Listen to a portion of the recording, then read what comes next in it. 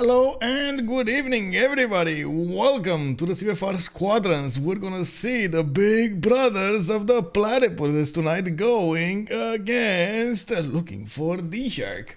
We've seen the boys coming up from the Division 3 going up to Division 2, and I do believe looking for DShark still has a lot of skill and experience remaining to acquire, and I'm sure they're gonna be a lot better. Do we have someone to take the second slot? I don't think we do. We're gonna go with AI if I'm not mistaken.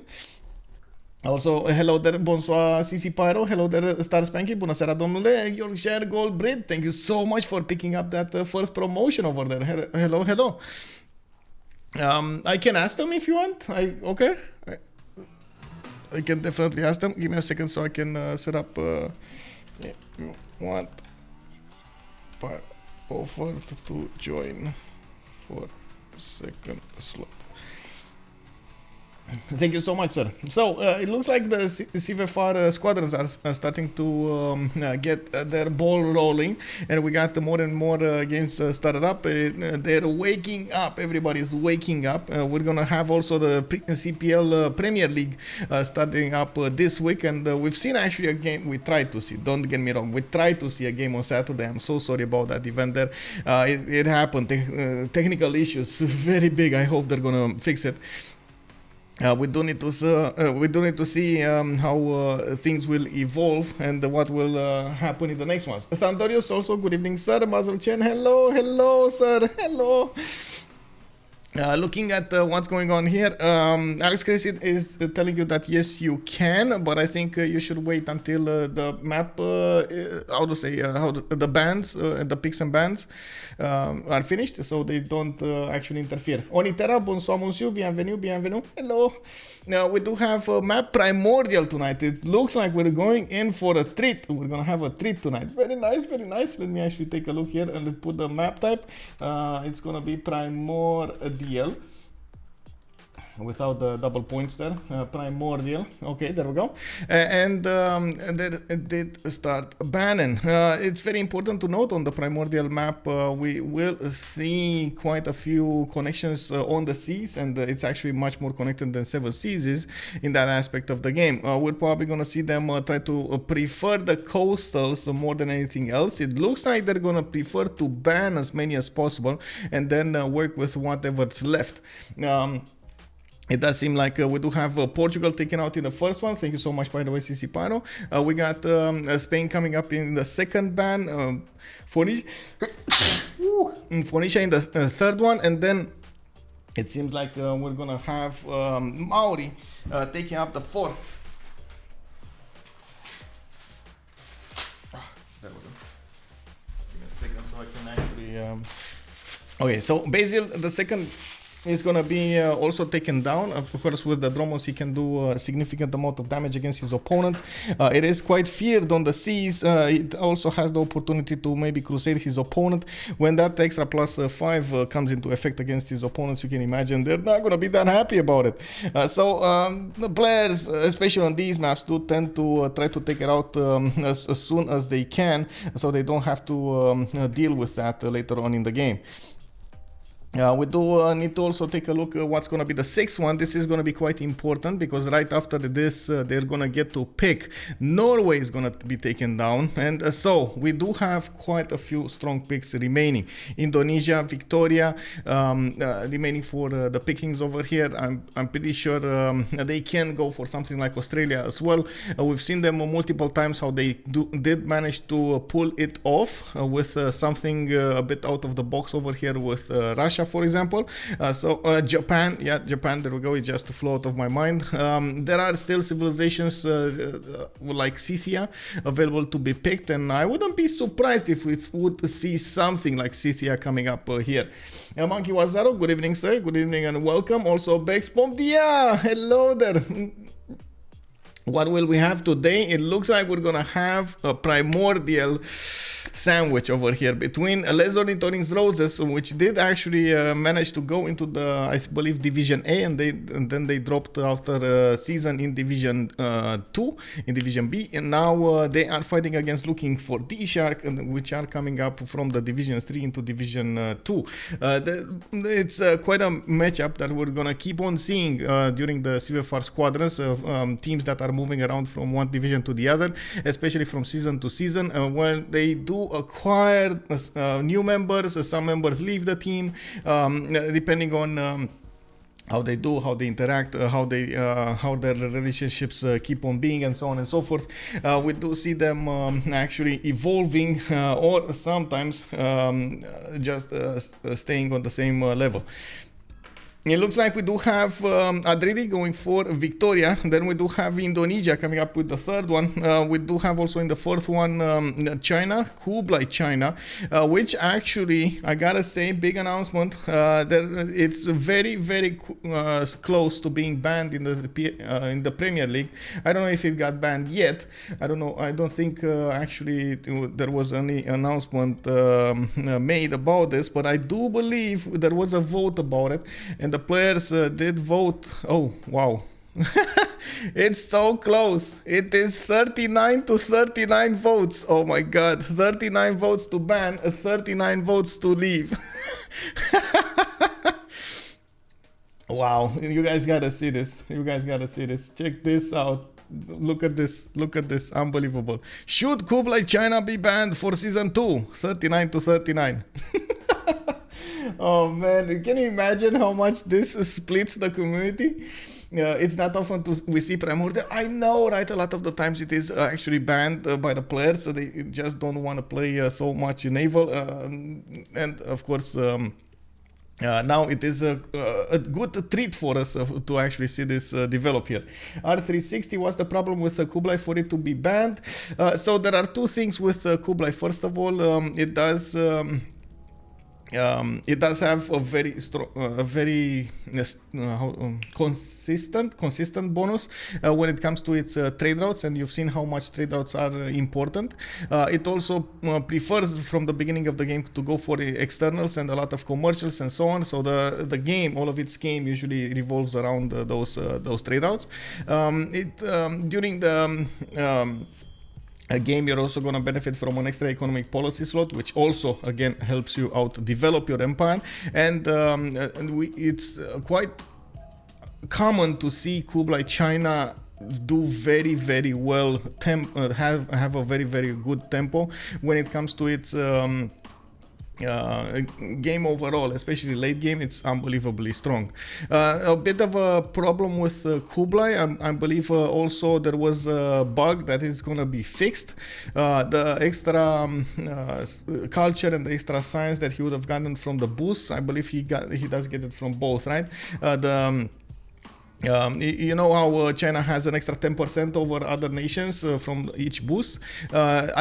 I understand it wasn't actually going through. So now, whenever an ally actually gets a boost, he's going to get more culture, more science, depending on each of those, because he needs to do less turns for each technology or civic after all. So all in all, it seems like they... how to say it, Kublai China has a good recipe for being extremely strong. It also benefits from an extra builder charge, by the way. But I mean, honestly, the extra builder charge at some point in it is what it is. Wait, it was? Does it? I think it does, right? One extra economic plus in any government receives the +1 science and the culture per international trade route. Oh no, sorry, I'm thinking about the other one. I was thinking, no. Oh, this was the builder receive an additional charge. No, I'm thinking about the good one. Yeah, this is it. Oh, this is a surprise. Eleanor of Aquitaine, England. Really? Wow. I mean, we've talked about this in the last week, and we've said it. How Eleanor of Aquitaine over here was assassinated. There was no, how to say, it dropped from one of the highest picked, highest banned civilizations in the game to like nothing in a span of a few days. After those updates came through with the last BBG patch, Bam! Eleanor Vacutin just disappeared from the players' preferences.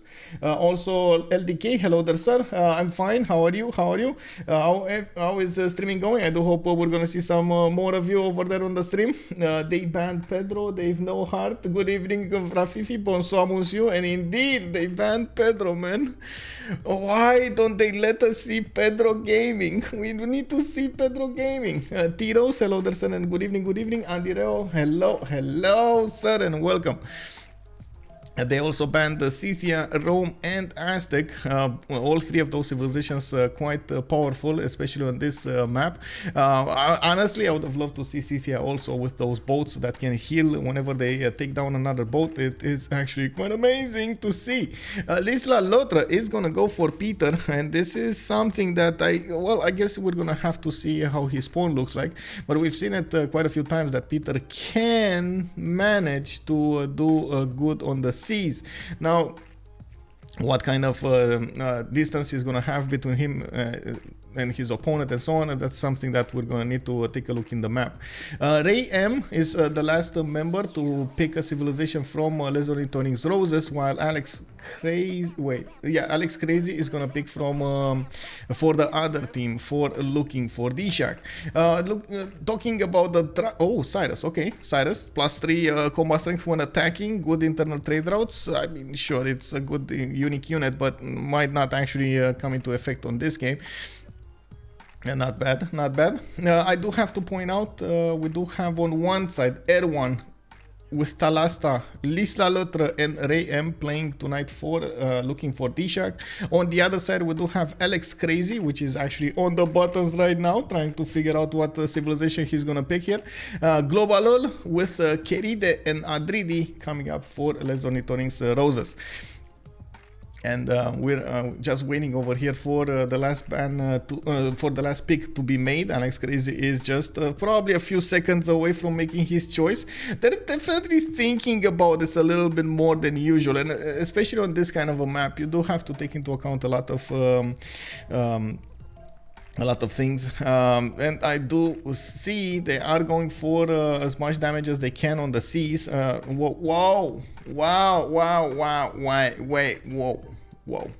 Okay, they actually went for Catherine. I was thinking, like, is this gonna be Chandra Gupta?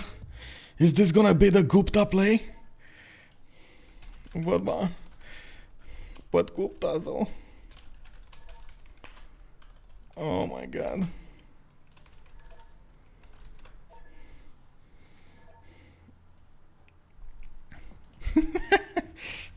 Swimming varus are awesome. Yeah. Russia on Primordial. Yeah, it looks like Russia is going to be played on Primordial. I need to finish my idea over there. Catherine de Medici, the Black Queen, does have extra diplomatic visibility over its opponents. With that extra diplomatic visibility, it does get extra damage, and it can actually do quite well on the seas. The same can be said actually about Genghis Khan. If you want to go for diplomatic visibility damage, he gets that extra against his opponent, and if you play your cards right, you can do a +12 attack quite powerfully against your opponent. Now, I'm not saying they should pick it, I'm just saying it is possible. We should go for and see what's going on. CC Pyro just walked in the room over there, and looks like we do have somebody to balance out these changes.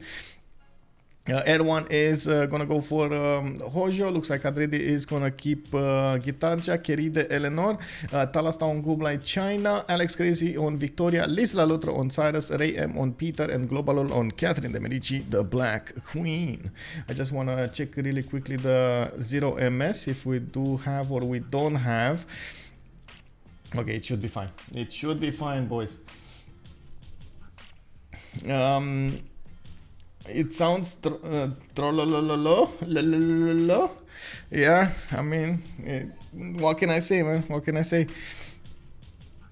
Yeah, Peter with the early Pantheon is probably not going to have God of the Sea. I'm pretty sure Adrydry is going to want to take it. But at the same time, it can do something else. It can usually...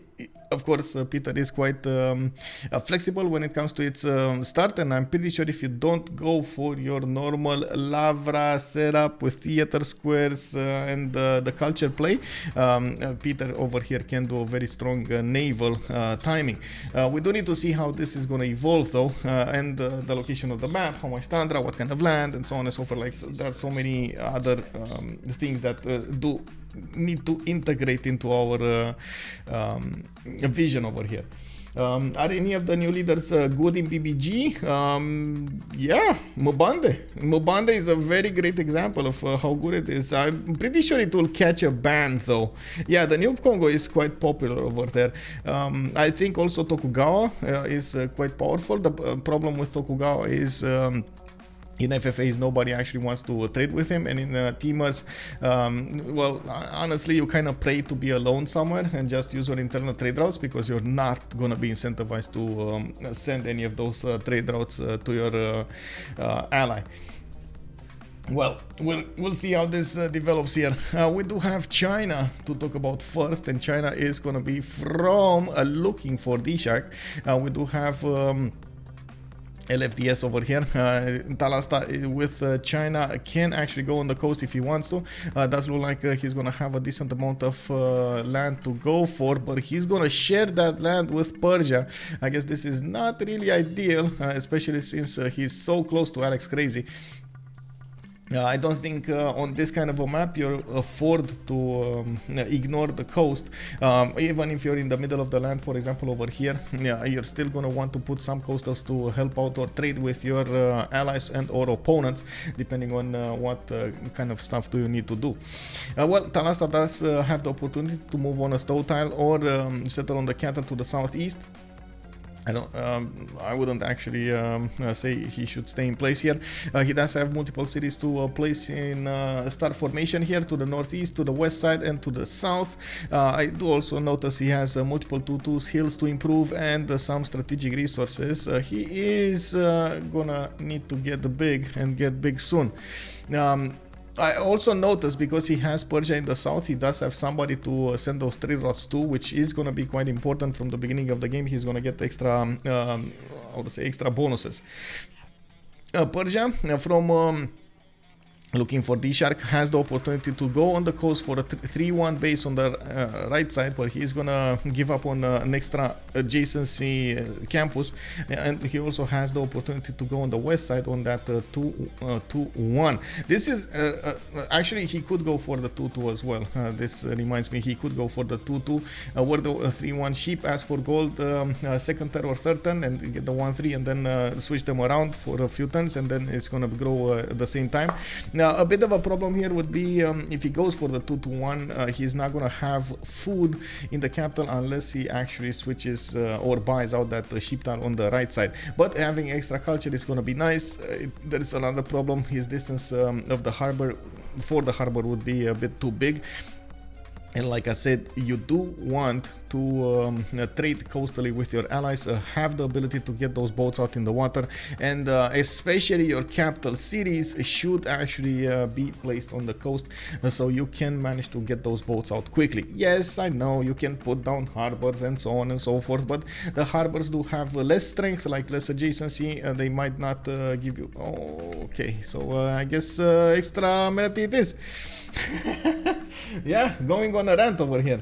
I just want to play because I want it. Yeah, okay. Mobandi is very strong indeed. The Chinas aren't balanced yet. No, the Chinas aren't balanced. Yes, you're correct. Also, the hamster, it will be very interesting to see how Yongle is going to be balanced. The other two shouldn't be difficult. Kin is useless with no barbs. Yeah, I guess Kin will be only useful in FFAs. Also, I'm waiting for the double ban Mali soon. Oh, wait, they're putting out a Mali? Okay, interesting. I didn't know they're putting out, okay. Anyway, coming up next, we do need to take a look at Russia and Japan before we're actually gonna get to talk about Les Ornithorynques Roses. Where is Russia? Oh, there's a lot. Oh, wait a second. Check this out. This is the perfect storm for Russia, by the way. This is, I mean, a perfect storm. This is a perfect land and position for Russia. He's gonna have all of this northern tundra, and it's a big tundra with a lot of fresh water, with these rivers. He has resources. He has the camps for his Temple of Artemis if he wants to, some geothermal fissures for the extra adjacency towards campuses. That is quite good for Russia. From what I can see, he also has the ability, one of the rare chances of actually going for religious settlements, religious idols over here for the copper mines. And I do notice he actually is settled next to the deer tiles, not on them. I was expecting, honestly, for him to go for that deer tile, but I guess he wants to get the deer tiles improved and leave those alone. He has 3 of them in the capital here. On Japan side, we do have Japan to the south.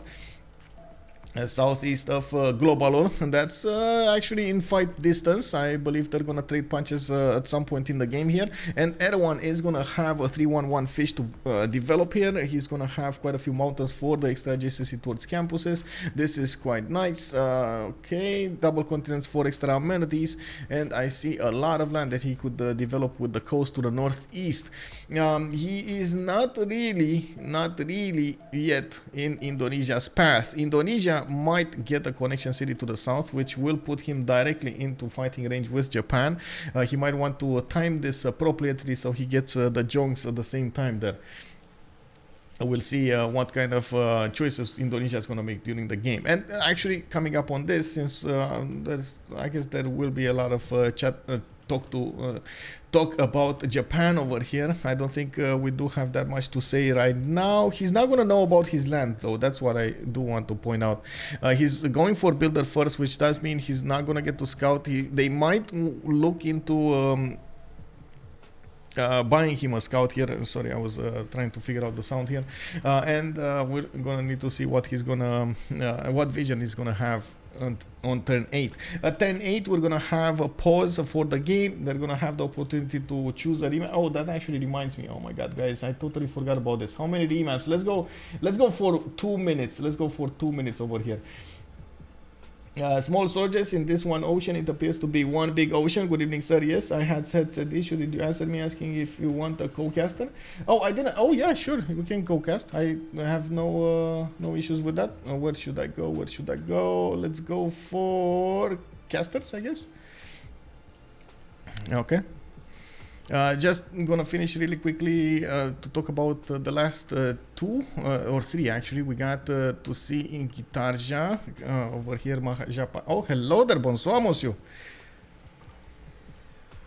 Can I hear you? Can you? Wait. Oh, there we go. Oh, there we go. Bonsoir. There we bonsoir. go, it's working. Okay. Hello, bonsoir. So it looks like we got quite a game tonight. I was just looking at the sponsor. Yeah, I've seen some very good lands over there. There's Zhangzi for France and other fancy things. Yeah. Indonesia might actually fight Japan if they keep this map. Russia is in a good position. It doesn't look like they have a reason to actually remap this, except China, which I guess is not ideal land but can be played. I mean, China can trade to Persia very fast. Yeah. And does have like a bunch of cities, even islands. Yeah. At Singi on the near island. We do have a question here in the chat, and you're a referee, right, in CivFR? Why did you choose to go for this no volcanic explosions primordial type of setup?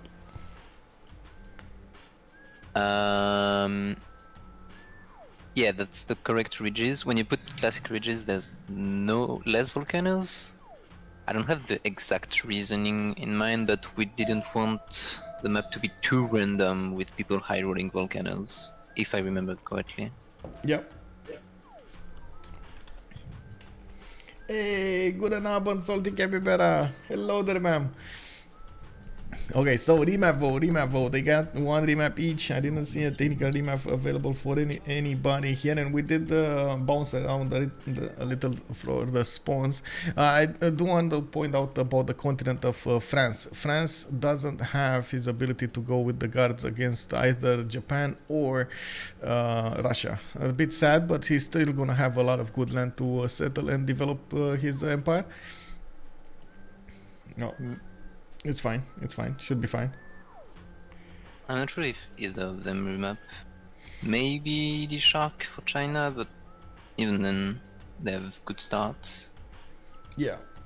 Yeah, I think, well, I guess England is going to be an issue. But honestly, I've seen China do extremely well. Oh my god, both want to remap.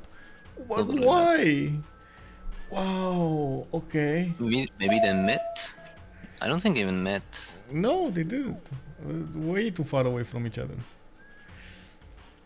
Maybe they didn't like their position on the map, just looking at their position on the map, you know, like just... Probably. Without that much vision, it's hard to tell what we see, but this would have been an amazing map, of course, with a few challenges. To finish my idea over there, I've seen Kublai China do very well when it comes to the caravel timing, even against nations like Japan, for example, so I wouldn't be surprised if he would be quite good against England also.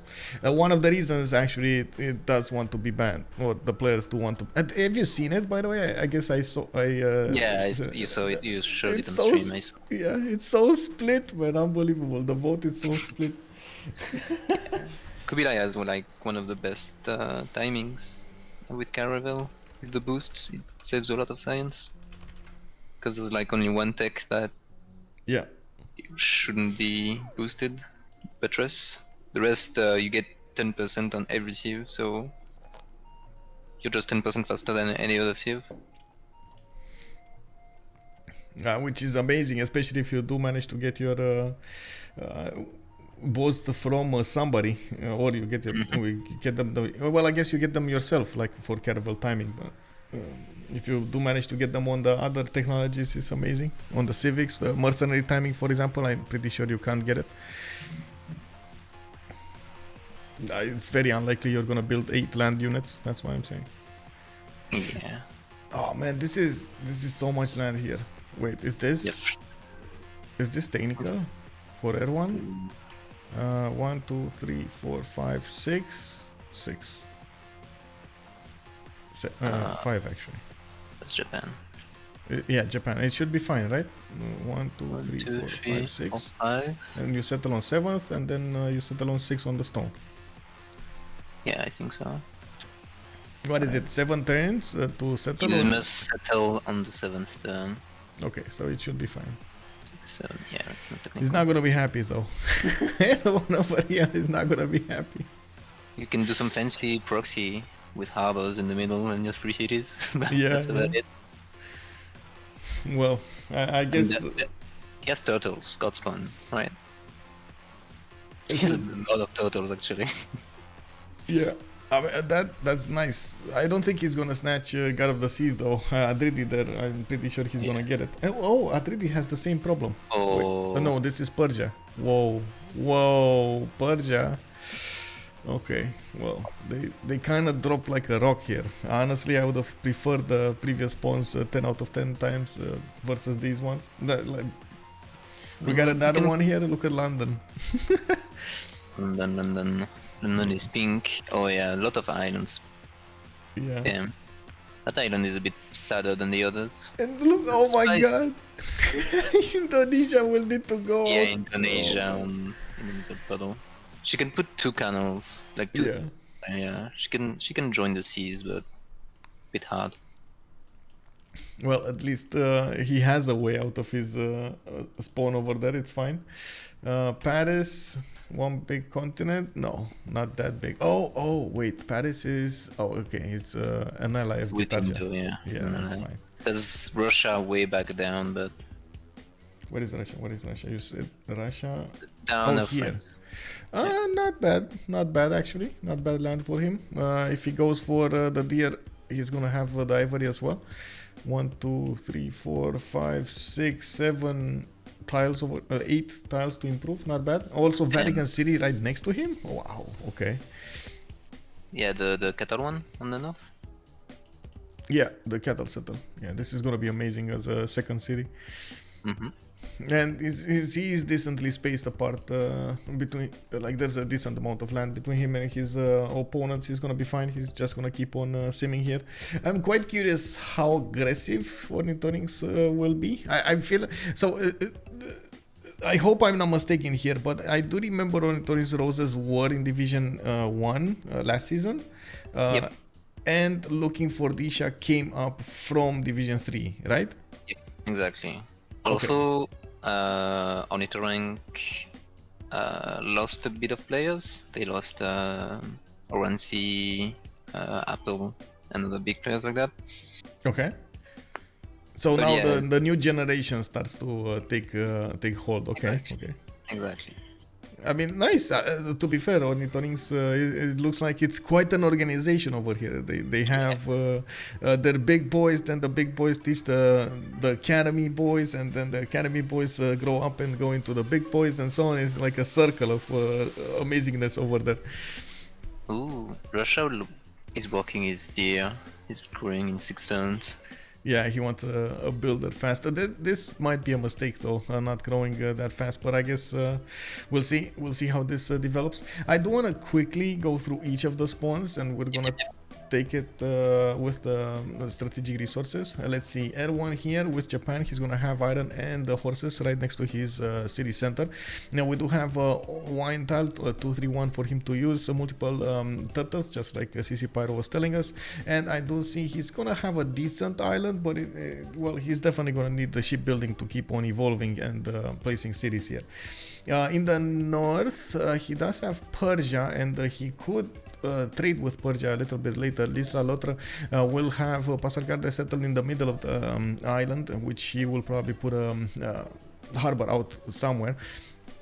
We do have him with the same problem as Japan. He doesn't have a lot of cities to place, but a decent amount. Oh my god, if only he was like one space to the left here, he would have had a +6 campus. But I guess he's gonna get the 1-2 settle, and then he's gonna get this one also.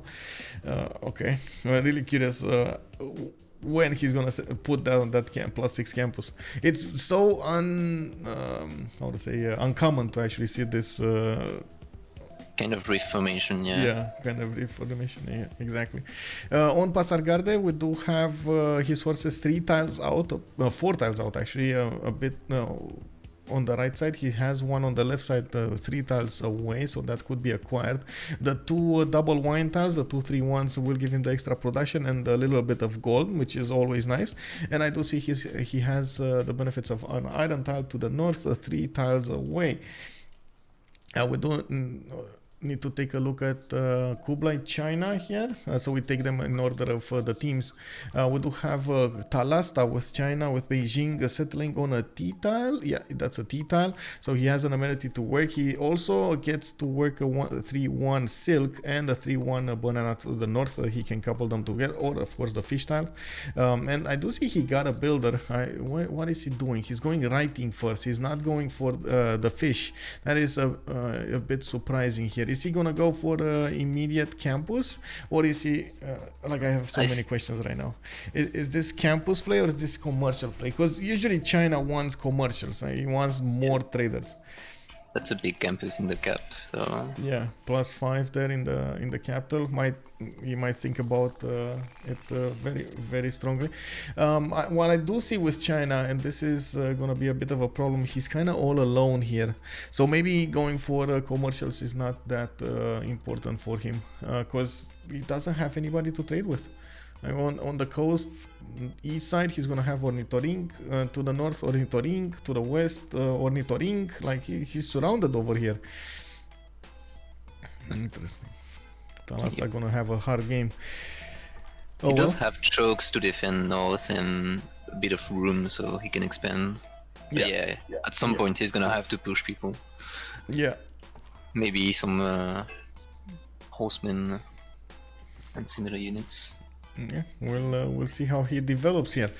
He does have an iron tile to the north, 2 tiles out. I don't see horses anywhere. Oh, yeah, Left. there we go. Sorry, left 3 tiles out, one tile. Still needs to get animal husbandry to actually get those improved and discovered. And last but not least, from Ornithorynques, what do we have? Russia, right? I guess we did bounce around Russia a little bit. So he's gonna go for the 2-3s. He does have iron in the second ring. No Pantheon yet, but we're coming close to turn 12. And honestly, I'm pretty sure he's gonna go for Goddess of the Hunt here. Just my 2 cents on it. Yeah. Seems very probable. Horses he's gonna get to acquire from other cities. In the capital he has none, and I guess second city he doesn't have none either if he goes for this cattle settle, which he did discover, by the way. He knows about it. Okay, so that's looking for DShark. We do need to take a look at the Ornithorynques here. Let's see. The first one would be Paris, would be Glowbal. He's getting another scout out in 1. He's moving towards the mountains with his second settler, and I don't see any scout that can pounce on him. Has a triple continent split actually. The green continent is going to be hard to acquire, but I guess maybe shipbuilding is going to save him. With the multiple continents, he's gonna get more amenities, possible amenities, and I'm actually curious if he's gonna choose to go on the coast at all, because he does have opponents left and north. So I wouldn't really say he is gonna be incentivized to do that. He has the same issue, right? He's still between. No, he's not actually. Wait. Am I? No. So he has an ally to the south. Let me reposition but he myself. Can. And 2 opponents on the west. Okay. Yeah, he will have to protect Indonesia from Russia, I think. Probably gonna settle down and make a war. Yeah, that might be a good choice. I was thinking maybe there's a way for him to trade over here on the water, but there's no way. There's like no big puddle in the middle or something that they can use. A bit unfortunate. The gold might be a problem for Ornithorynques, but not really. Both Englands are next to each other. Yeah, the 2 Englands. This is gonna be the big economic zone of the Ornithorynques. And there's like no one to contest it on that sea. Yeah, actually, Japan is very, very far. Same for Persia. Yeah, exactly. Like he needs to go through Eleanor, England to actually get in there. I'm not so convinced about Eleanor, England's game plan overall here. It fell off the preferences of the players for a reason, and I think it's a good one.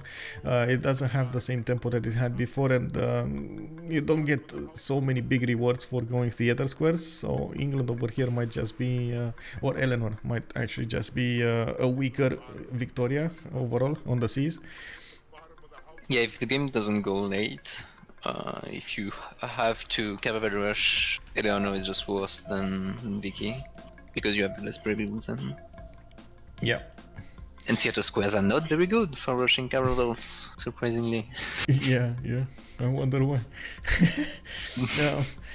On France, we do have horses in the first ring. I do see his iron tile is going to be second ring, so he can acquire a +3 campus settled by Bordeaux, and he's getting closer and closer to Indonesia. They will trade on the land, not ideal, but still they will trade on the land. He already settled too. He has better tempo than everyone, like Persia and him. Yeah. Next up, we should take a look at Adrydry. Adrydry is probably moving on that stone tile to the east. He is the one that might actually get some boats out in the south with 2 connections, 2 paths to go for. One canal over here next to the iron, one canal next to Hansa's warrior, and I'm pretty sure he can do some damage if he wants to. If he needs to, that's I guess the biggest question. He has a passageway in the south that can go towards Japan later on in the game, and since Japan is gonna have a bit of an issue just developing his empire here next to his capital, well, that might be good for Indonesia. We'll see. I wouldn't hold my breath though. Like, I would love to see some battleship late game ironclad destroyer play, but I wouldn't hold my breath with England with France next to him and China on the right side. I mean, France is his teammate, but China seems to be heading towards Vicky. He's already forward settling in. Yeah, they start seeing each other now, and they No, already settling there, trying to set up a road for easier push. yeah. He's taking irrigation, so in no rush to make horses, but still. I saw some good city states. There's Zanzibar. A good point by Tidos over here. We do have England with a continent split on the west side. He could settle next to Gobustan. A lot of marches as well. Oh my god, these are quite a few marches. I wouldn't say he's gonna go for Temenanki here, but he can get the food to work Gobustan with those marches. You know who wants Temenanki? Look west of Russia. West of Russia. Oh my god, yes. Oh my god, this is just the main city over here. Yes, just get one big Temenanki city to rule them all.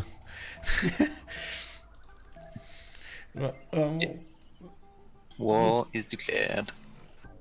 Yeah, we do need to take a look here. Indonesia God of the Sea already, he's getting that extra point of production. I do notice he has iron tile 3 tiles out, horses 3 tiles out, quite expensive in both strategic resources, but he's gonna have to make do. We do have him going for the monuments here. Usually Indonesia's gameplay is towards campuses and plant brush and voice, so we're probably gonna see something like that coupled with harbors at the same time. I do see he has good Liss campuses. Jambi does have a +3 for a +4 here when he's gonna put a harbor. Mountains in the south will also give him some extra adjacency. The water gives him a minor adjacency bonus. So overall, I think Indonesia is gonna be fine. He might actually be tougher or better than Russia in stats. We'll see how the faith will look like on Russia during the mid game. Yeah, Russia has good the hunt, of course. Yeah. That's probably asking his teammates for a builder in his second city. Guys, give me gold. I have a good builder. The classic, the classic give me gold. Looking at the next one, we do need to take a look at Victoria. AlexCrazy did put Sheffield next to some truffles. He's getting the 10 extra gold from them, and he did improve his fish, a 4-1, and that's actually quite a lot of food coming into his city now, allowing him to grow faster even if he's popping out settlers.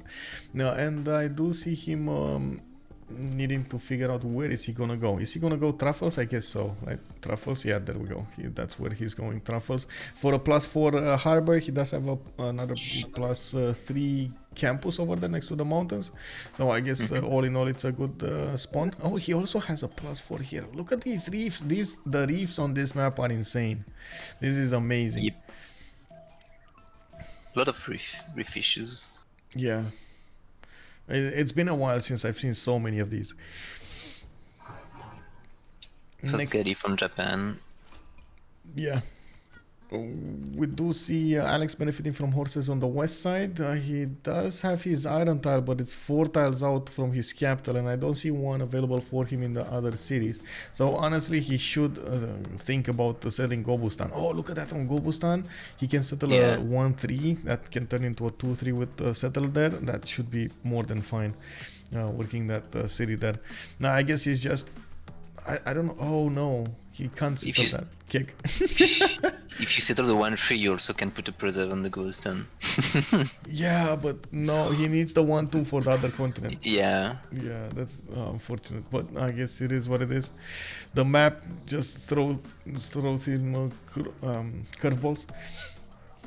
Oh, we got Eleanor with a God of Open Sky. He did improve his horse and his sheep tile, and I do see he's getting a few more builders out. In the second city, he does have an iron tile there that needs to be improved, and some boats are going to come out for good measure. It's good at the beginning as a practice to actually get the boats out to increase your garrison defense strength much faster. You never know when an opponent just pops out of the fog of war and takes out the 10 strength city. Yeah, making galleys early on Primordial is pretty key. You need scouting, you can look for city-states to take, and you can see where your naval opponents are. Yeah. So let me actually put up on the map over here the team names while we take a look at how Japan is trying to fare this. Oh, he didn't go for the fresh water. He just went for the faster settle. Interesting. Oh, he's going for the... Okay. Why didn't he? He's going for more cities, I guess. So he wants this. So he wants this. Then he's gonna have another one here somewhere. And probably another one on the edge of the coaster. Okay. Having mountains on such a small island is pretty annoying. Well, First at least he's campus gonna have the done. science. Yeah, first campus done for China.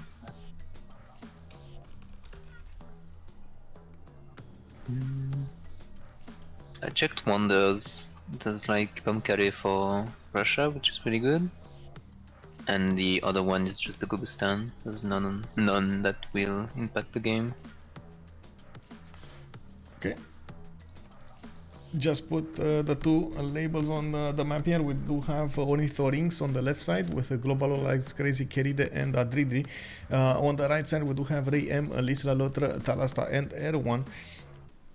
Now we do need to see who's gonna manage to get that golden age, who's gonna have the first religion. I'm pretty sure it's gonna be Russia with the only religion in the game. I wouldn't really hold my breath for Indonesia to do something like that, or Japan.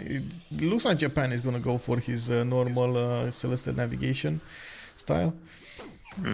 City Patron Goddess picked up as a pantheon. He's starting to improve his land. Got a boat out for the scouting, and he's going to need to open up the seas towards the north so he can start trading at some point with Persia. Both of these are probably going to be looking for internal trade routes for some time here.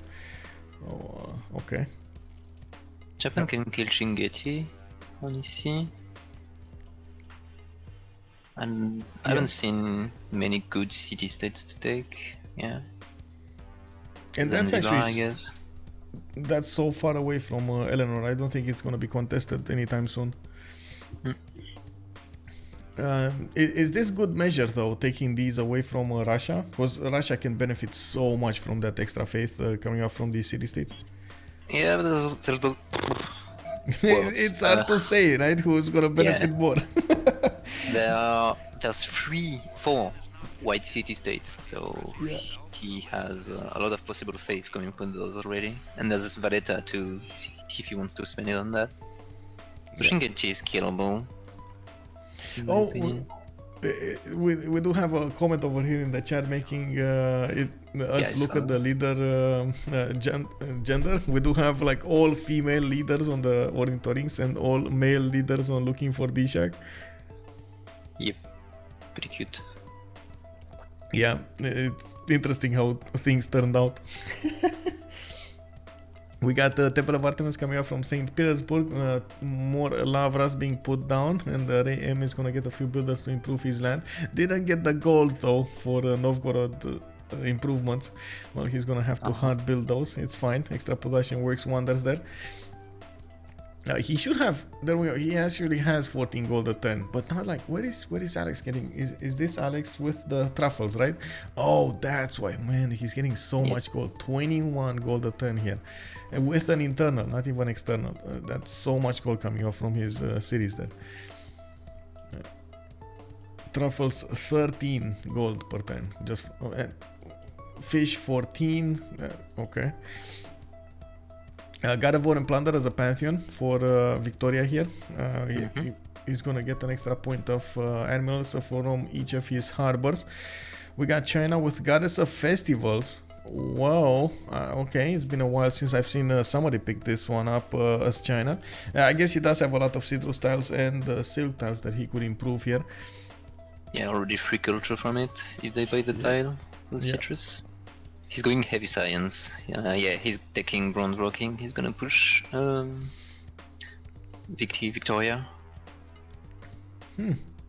This is, I like this, but this is a bit surprising. I do also like his making the trader from Xi'an to his capital so he can connect his city.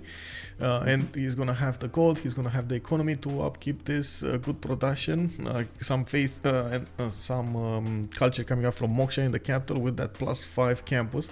He's already 13 and 10. He's gonna be very quickly on those horses. I don't think he has time to go for a general though. That feels like if he goes general, where is he gonna go general? Guangzhou? I mean, he can't go horses because the horse is very far from his cap, right?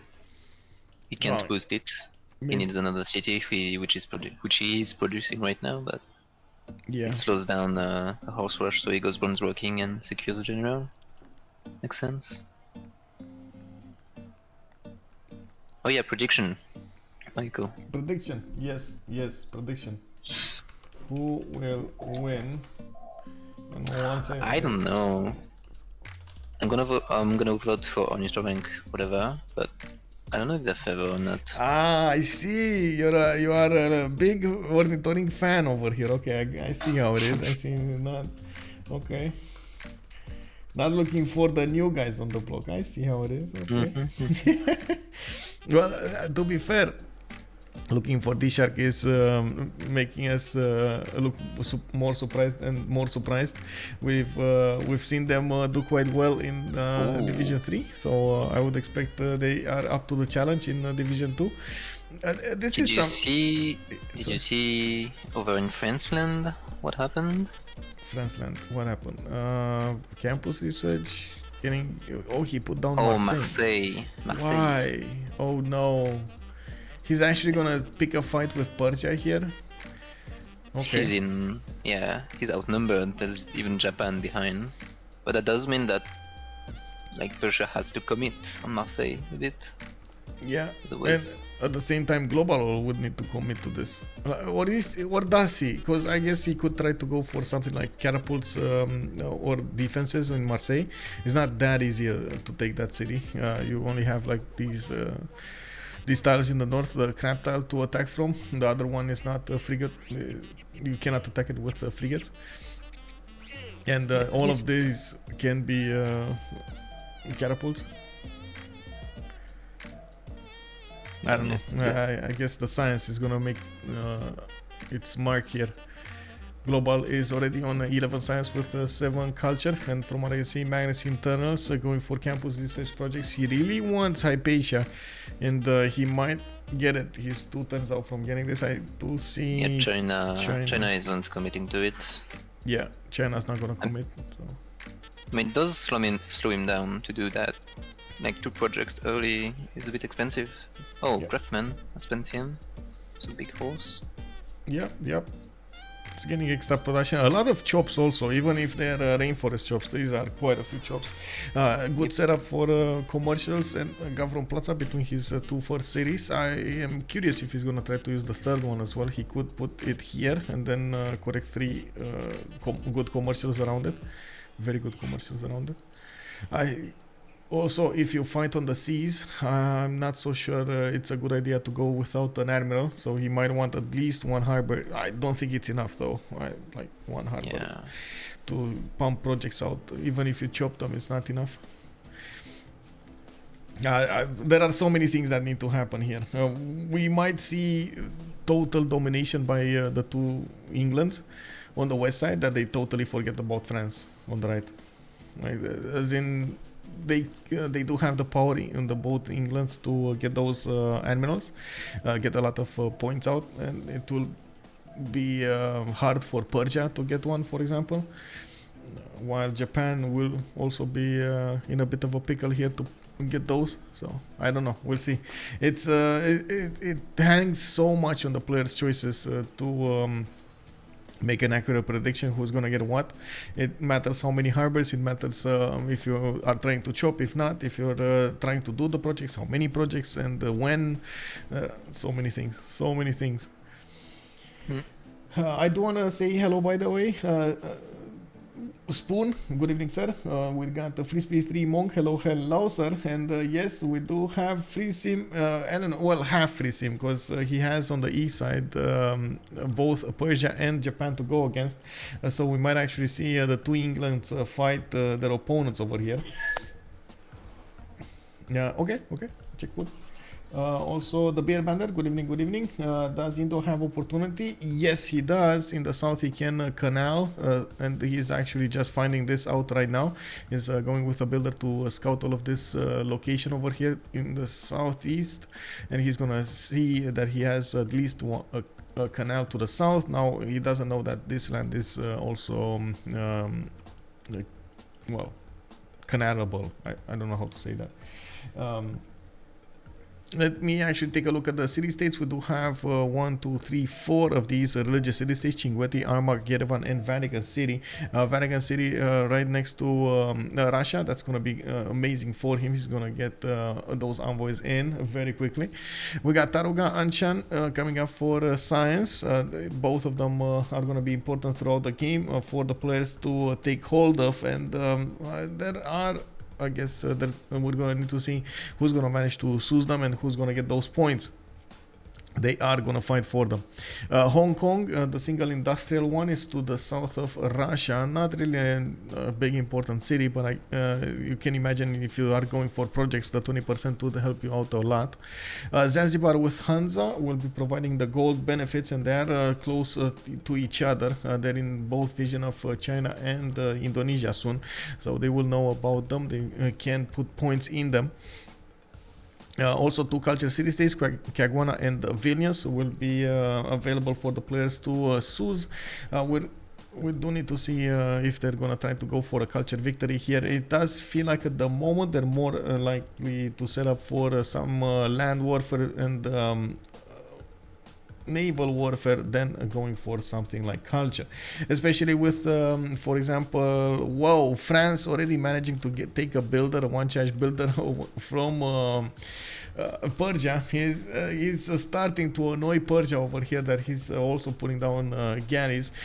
We do see Liss loutre is also putting down harbor, so he's trying as fast as possible to get those admiral points out, while I do believe we do need to see the same thing on Glowbal. Glowbal is archery 2 turns, political philosophy 8. Didn't put a campus yet from Marseille, but he's getting more galleys out, and I do see him going for the 4th and the 5th settler. We're turn 28, so these guys are a little later than usual. He did make the sacrifice of going for Hypatia, and we'll see how much this is going to help him. I do notice that he's preferring to put the Gavron Plaza in the south, not really giving the bonuses towards Marseille, which does give me a hint that he's going to want to get a harbor from Marseille, and commercials in the south over here. Can 100% put another city next to that banana tile in the south and get a good plus for commercial. On Indonesia, God of the Sea, China, what did it go? City, Goddess of Festivals over here. Eleanor, did we see? Goddess of God, Open Sky, Open Sky. Japan, City Patrian Goddess, and then I think one more, fertility that's coming up for Persia, is getting that extra builder and available food for his cities from different resources. Is anybody whoa, Liss loutre and Erwan are both 1 point out from getting a golden each here. Well, Erwan is gonna get it. Next turn he's gonna get a harbor, and that's a plus for harbor. Persia, does he have a plus for harbor? No, he doesn't. Okay, +3 over here, +3. I guess we'll see if he does manage to get it or not. Usually at this point in the game you should be able to get that one last remaining point, either technology or something. Tidos, France could shoot a Persia city with archers from 3 tiles. Yes, he could move an army over here and keep on shooting. And can you imagine catapults over here? They will be so annoying. Well, we'll see what Glowbal is gonna do throughout the game. On Russia's side, we do have him starting to put down his government plaza. He did not get a religion yet, even though he's making 5 great prophet points a turn. Did finish Temple of Artemis, and I do see him on 21 faith, actually chopping down. Was that a shrine or was that a settler? Did he? I don't know what that was. But anyway, he's getting his government plaza to the southwest. It looks like he's planning on putting a campus there and a theater square between the Lavra at the Temple of Artemis and of course the government plaza. Yeah, looking forward to see how he's gonna put his next cities. With the faith he's generating, he's probably gonna go into a monumentality era, and he's gonna be looking to expand and improve his land as soon as possible with those faith points. Let's go LFDS. Yeah, we got, okay, there we go. We got fans on both sides. Let's go. Meekman98, good evening, sir. He can do, yes, I think he could. Let me see.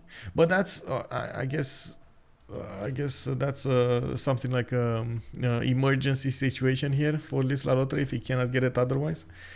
18 out of 19. Can he get it? Can he? Politically in 2. That's too late. Oh my god.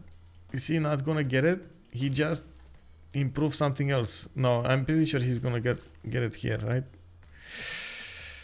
Expensive golden age. Yeah, there we go. He got a Perida. You got it.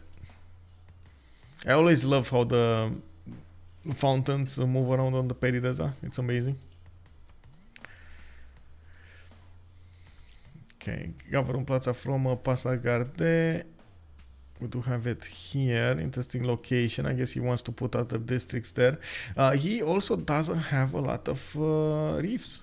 Compared to the other ones, I don't know, he just doesn't seem like he has all of the reefs in the world. Except this one. And I don't know why he never actually put a city here. I really hope he's gonna get a city there. The +6 campus would be quite important here. Like looking at his stats versus Glowbal, it's 15 versus 10, 9 versus 13. Liss loutre benefiting from those extra points of culture from his traders. Also has an extra city versus France. But France is France over here. More science gonna be acquired. More cities gonna be built. I think. Wait. Salty is telling us they are pink platypuses. How could I not cheer for them? Yeah, I mean, I don't know. They're making quite a competition for the capybaras. I'm back. Oh, welcome. All good with the food? Yeah. I'm gonna eat slowly, but I'll mute myself a bit. Okay. So, what's up? I see boats in France. France snatched a builder from Persia. Only one church builder. He's getting it home. He's gonna get to use it here, and he's getting more boats out. Persia is also getting boats out. This is kind of like how to say. This is kind of an equal situation between them, right? +3 from extra intel, and then Persia has an +3 on attack. It should be fine. For some time for both of them. We're turn 31 now, and we're actually opening up the golden ages. Everybody did manage to get a golden age here. Let's take a look what's going on. Pen, brush, and voice for Catherine de Medici. 16 science, 16 culture, and now he's getting another library from Paris. Also moving the next settler towards the north. Does seem like he is committing on the coast. I really like this, by the way.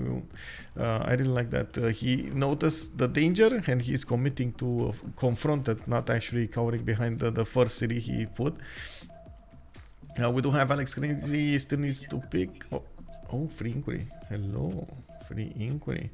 And he's getting this. I really hope it's not gonna be non-freshwater. Okay, no, it's not. Okay, whew. Okay. Yes. He wants the science to match Kublai.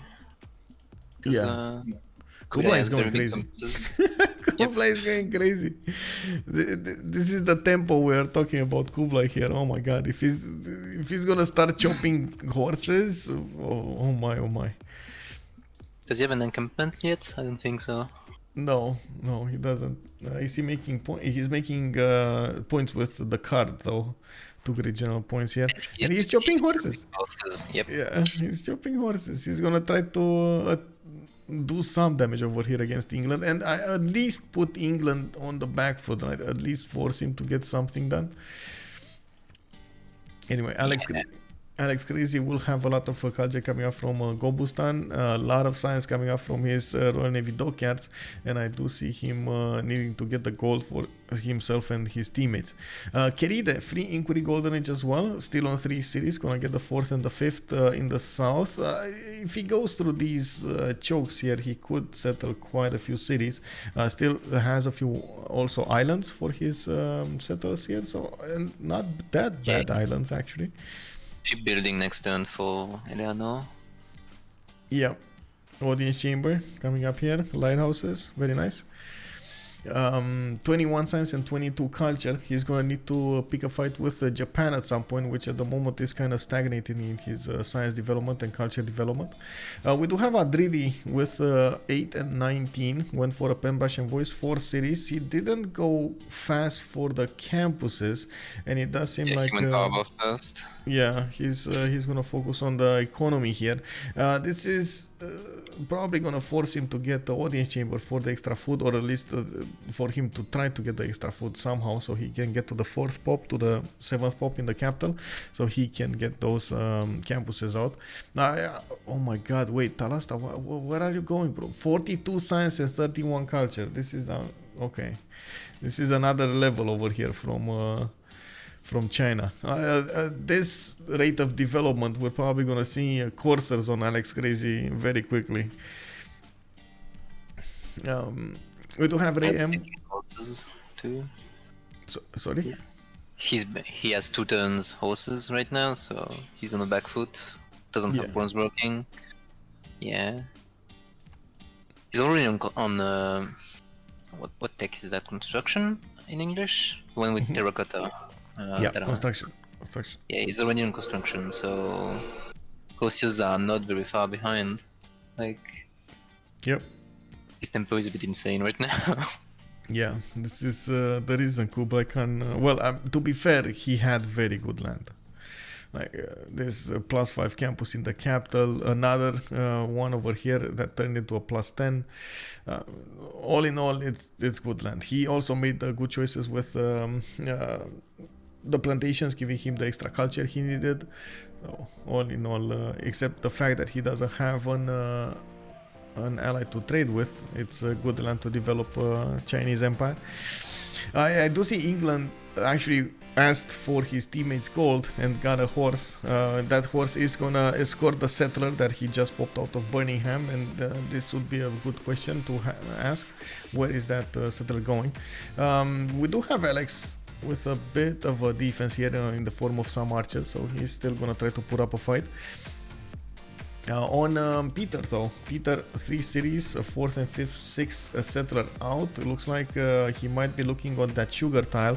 I would really love to see that big Atemenanki here, but since he didn't get the Lady of the Reeds and Marshes, he's not gonna have the extra production on all of those marsh tiles, so I'm not so sure he's gonna be that big on it. Of course, having the extra production from and the extra gold for these deers and these ivory tiles does make it worth anyway to go for Goddess of the Hunt. We do have Russia with I mean, religion. even if he doesn't have reeds and marshes, that's still like 21 science only from marshes. Yeah. It's a bit crazy. Also, one thing I noticed is that the Eleanor is not going, and the Vicky are not going internals. They don't have Magnus in their cap. So they are, yeah, they went external. Yeah. So the economy is gonna be there. Okay, there we go. We got 2 questions in the chat over here. First, a statement, Salty Capybara is saying there is simply no Capybara team yet. Okay, so we need somebody to pick that up. Somebody needs to make a Capybara team. Secondly, Sandor is asking you, where are you from, CivFR? I am actually from Marseille, the French city on the sea right now. Okay, okay. one? This one, the big one. Okay, the one everybody's talking about. I see. Yep. And then Seeing Shoes Jeeks is asking us about the map, which is what is the map? This is Primordial, the normal one, without as in normal one, as in without volcanoes on it. Looking at next, we do have Cyrus with Persia. Liss loutre is with a pen brush and voice golden, still on 4 cities. He's now building the 5th one, and I do see a few more builders coming out, improving his land with audience chamber, or I should say specializing his government plaza with audience chamber. He finally got this one, by the way, the +6 campus to the northwest, that puts him at 17 science and 24 culture, allowing him to catch up to the science of France. Talasta with a pen brush and voice, 52 science and 35 culture, and we do notice Talasta is building a few more horses, and he has tried to do some damage over here against England. This is I guess defendable land for England, very good defendable land for England if you're not coming with extra points of damage, and even if you are coming with extra points of damage, it's going to be hard to go through the tiles over the river. Most of them are actually 2-2s with ideal terrain on them. It's a lot of 45 bonus that the English units can benefit from. Talasta here is trying to go for the next timing though, I believe, getting just a few horses to force his opponent to get some of his own, and then he's gonna try to get the next technologies. We do have him going for will, defensive tactics, and a few builders coming out from his cities. Pen brush and voice golden age coupled with a lot of very good campuses is allowing him to get all of that science and culture quickly. Did get an encampment, and he's gonna be soon discovering, gonna have the opportunity to recruit one of these great generals. Erwan, pen brush and voice golden age on 4 cities, Japan, is gonna get his 5th settler somewhere in the north over here next to the cocoa tile, and I do see him trading internally at the moment, not actually sending those traders to Persia, and he's generating a more than decent amount of gold from his harbors. Got his government plaza with audience chamber. Next turn is gonna finish, and does benefit from quite a few turtle tiles that he could improve and send to his allies at the same time. Magnus internals, Moksha in Osaka. He doesn't have that big of a difference in science at the moment between him and Keride, 15 versus 23, and 22 culture versus 26 culture. Keride still needs to put a few more cities down, but now he's also going for his campuses. Did actually put a theater square. Interesting. So he is gonna try to do the theater square on England. Okay. So for those that don't know, we did have a nerf on Eleanor England, which cut away in half the bonus that you get from those books, or I should say from the great works that you put into a theater square. It used to be that you got +2 for each yield of a district in that city if you made a great work in it. So for example, for a great work of writing, you would have gotten +2 gold from a harbor, +2 gold from a commercial, or +2 gold from a campus, and so on and so forth, until all of the districts have been built. Now it got cut in half to only a +1, and the players don't view it as such a high reward for the expenses that you have to make, for the sacrifice that you have to make to put down a theater square and get those points from it. Usually the tempo of Eleanor was a little bit later than every other civilization. Then of course it got slower. Did you look at the Wonder notification? Wonder notification? No. No. There's an Etemenenki in Smolensk. Oh, so he's building it. Okay, so he's building it. Got it. Raym is gonna go for it. Etemenenki, 13 turns to finish. Not bad. Not bad. I'm actually curious why he didn't let... Well, I guess he could. Nah, it's fine. He can get another city over here in the south. Not ideal, but he could get it. I do see him not really shy to step out of the tundra in the north, so should be fine. Going to settle Pamukkale. Pamukkale, another good wonder to have for any civilization actually in the game. Actually, it's any except which was it? Sorry. Korea, right? Korea doesn't get the bonuses from Pamukkale. Yeah, probably. What's going on? Liss loutre being annoyed. I don't know. Not sure what's he annoyed of.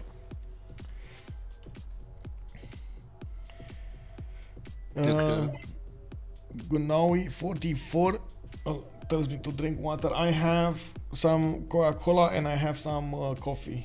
That's what I have right now. That's a lot of Coca-Cola too. I'll be right back. Right, yeah.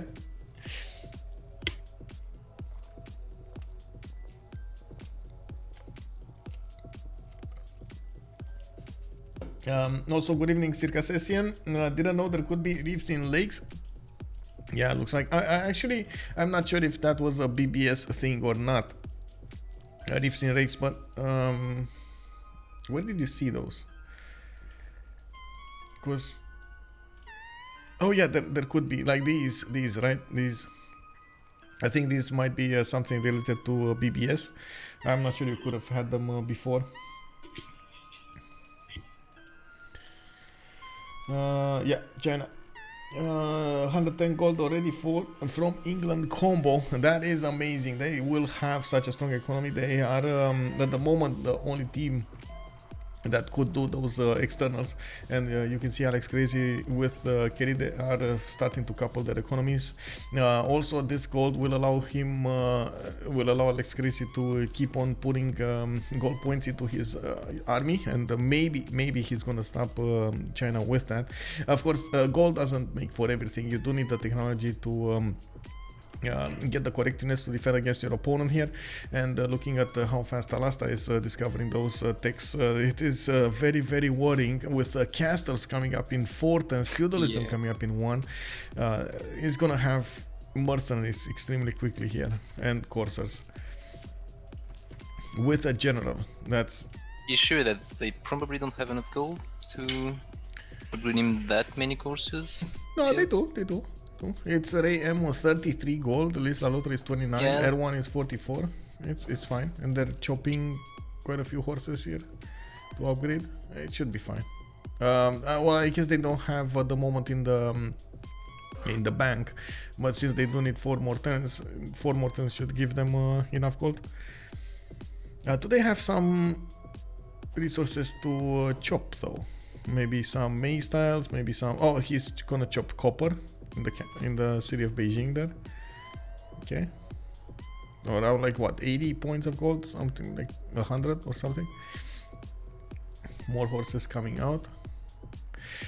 Anyway, we'll see. We do need to take a look how Japan is gonna try to face the challenge of England to the west side. Keride over here is trying to get the harbor shipping projects out so he can take away these animals that do give bonuses towards Renaissance era units. We got all of the first ones taken out. Themistocles is by Eleanor. We got Artemisia on Persia, Hanno the Navigator on Victoria, and then Gaius Julius on Japan. While over here 3 harbor shipping projects are coming out from Keride. We do need to take a look at Japan. Japan making 2 of them and getting another harbor out. Interesting. Okay, 100% is an admiral, but so does France. And you do see he's actually getting a harbor shipping projects, but it will take a while. He does have a builder coming out from Paris, which should go immediately to chop in Marseille those projects. France forced the naval choke on Persia. He killed a bunch of boats. Yeah. Got XP on his own, so that would help. Who's the first? Persia is on buttress. France is on buttress too, but much faster. Yeah. Actually, Liss loutre, did he discover buttress or did he just start buttress? I think he just started. Yeah, he has less science than France. Yeah. It's always weird to see this, like if it just started or not. I just noticed there's a typo in Ornithorynques Roses. Yeah. Ornithorynques. What Yeah, is that's this? Ornithorynques. Oh no. I see how it is. The big bullying has begun from naming their opponents over it. Okay, I see. Indo is making projects too. Eleanor also. They're probably trying to deny Cyrus, honestly. Cyrus, yeah, he has no points right now, Cyrus, right? 6 points a turn. 2 projects coming up next turn. Projects. Yeah, everyone is making projects. It's Primordial, you want Regendra on your side. Yeah. And it's, I don't know who's favored to do it. Vicky can't project because he has big China next to him, so he has to develop. He has 6 cities, and Gobustan, he's pretty nice. Oh, looks like Talasta did move away from that copper tile. I was thinking he's gonna chop. He's gonna chop other tiles with horses coming out. Of course, with feudalism builders, he's gonna have a lot of build charges available for him. Surprisingly, he's actually going to the west. Was this a misclick? I guess it was a misclick. He moved the horse in a position that shouldn't have been moved, but sure, why not? We do have him with a possible 7 horses that will turn into coursers soon. Talasta is moving towards ironworking, also getting mercenaries, and I do see Classic Eleanor still has a long way to go. Nobody pushing it that fast. What's happening here? This is, I guess, the most important thing we need to take a look at. Who's gaining the admirals? Japan, 28 points, 57 out of 75. England is 50 out of 75.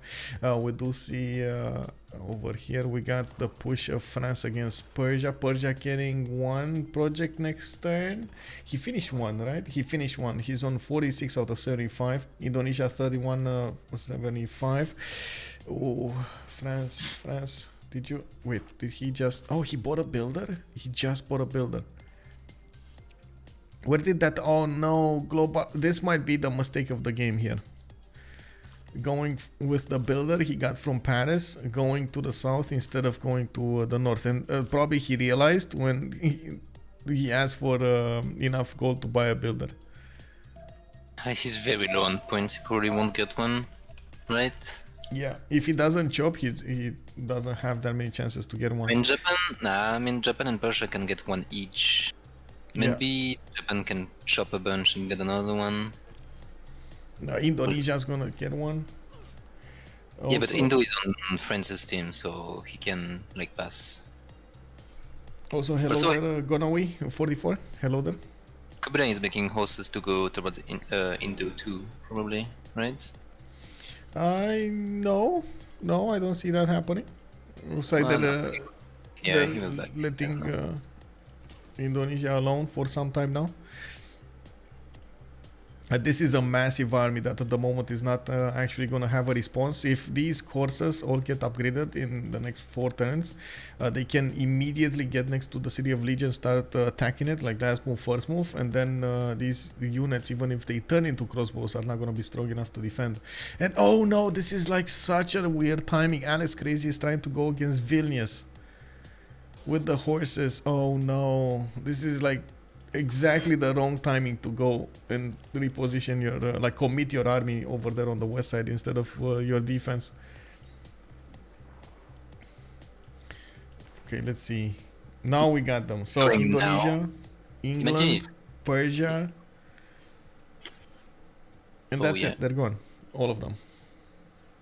Yeah. So none for France, 1 each. France. Yeah. He only needed like look how much. This was a project. That's what. So the fact that he didn't move that builder to the north to chop the rainforest. I mean, it didn't change much, right? He needed like 2, maybe 3 projects. Oh, he didn't get at all. Oh my god, I just noticed. Yeah, you're right. He didn't get at all. So yeah, you're right. He would have needed 2 projects. So he would have needed the builder much sooner, or China 2 is builders moving. Much sooner. China is moving. He's gonna just move Leeds next turn. Why is he not waiting for course? Oh, next turn. Okay. Yeah, because I think he's like Vilnius is used, right, by Erwan, by Somebody Raym. sees this. Yeah. So yeah, Russia told him that Vicky's horses are on Vilnius, so he can maybe move forward before Gaussians. I still would say get But those yeah. coursers upgraded. I You mean, don't want to attack with horses. Imagine if he moved forward right now with all his horses, how much damage that would do to Vicky. Yeah. Yeah. This would be amazing, and I think Talasta is gonna catch the moment here. The scouts gives a support bonus to France. Yes, the scouts do give a support bonus. This one, you're talking about this one on the land. Yes, if they're close, they do. I'm actually curious. Okay, there we go. France is coming back. We do have Artemisia in Zranka, and Rajendra Kola got picked up by Persia. This might not be a good thing for Persia, though. I guess it's good for him that he has a +5 and an extra movement, but he can't activate Rajendra to get the extra +3 until he gets another one. And the next one is going to be 300 points. That's going to be quite expensive. Remember that France doesn't have one, so yeah, that means he matches the pro bonus and he has a +2 then. Yeah, he needs to get France over here would need to get his diplomatic visibility increased against his opponent. I mean, yeah, castles is a bit far to get your spy, right? Yeah. When you want to go carols. Oh, he's doing Stonehenge. Yeah, he wants his golden, but Russia is doing Stonehenge next turn, so that's gonna get denied. Attainment key is done, by the way. I see. Yeah, Russia gained like 10 science from the attainment game finishing. Oracle is done. Yeah, Russia is just. It's quite a strong game coming up from DShark. The newcomers on the block are doing amazing here. Look at all of the science points in Voronezh, also in Novgorod to north. Like all of this land is so good for Russia. That one wonder, unbelievable how many bonuses it can actually give. He needs to settle, like he needed before to settle a city so he could trade with Japan, and now it's even better because the one on the left has all those marshes. Yeah, the rice one, I guess. Settle the wood so you don't break a marsh. I don't know. Well, we do have coursers. Oh my god. Look at these coursers. Oh, coursers are there? Oh yeah. And Shigeti is dying by Japan. So that means one more city. Cinguetti is here, okay. So Erwan is gonna take that away for himself. Keride did figure out what's going on, by the way. Looks like he has a boat there that is starting to scout, and he saw Cinguetti going down. He also knows he's probably gonna need to get a fleet. Keride didn't get one, right? Didn't get an admiral? Or who did? Oh no, he did. Zenki. And it was Victoria that didn't get one. Japan did get Leif Erikson, and Indonesia got Himerios. I mean, thank God Vicky didn't do projects. Yeah, I guess, yeah. He's already in a bad spot, so... No, Victoria doesn't see the courses yet. It's gonna move next turn. Yeah, last move next turn. Like... how many? 6 courses? 1 host general? Vicky doesn't even have a general yet. Yeah, he has the card. Yeah, Vicky is in a rough spot. Engineering... He's going for crossbows, I guess. Oh, and Vilnius is striking back. I see he took out a horse of Vilnius there, attacking Vilnius. I think the city is still dead, right? The boss time. Yeah, probably, but this is still gonna be hard on his horses. He's gonna need to wait quite a few turns until he gets back and keeps on promoting, get some heals back. In the meantime, these horses are gonna double tap that city of Leeds immediately after they get there. At least there's a builder that might chop a wall, which is gonna significantly delay the takeover of the city. Talasta. Oh, this might be a wait. Does China get the unique unit? I don't think so, right? Or does yes, he does? Yeah, the crouching tiger. Yeah, the crouching tiger. He might try to push with that also, but I do see catapults coming up in production from Xi'an.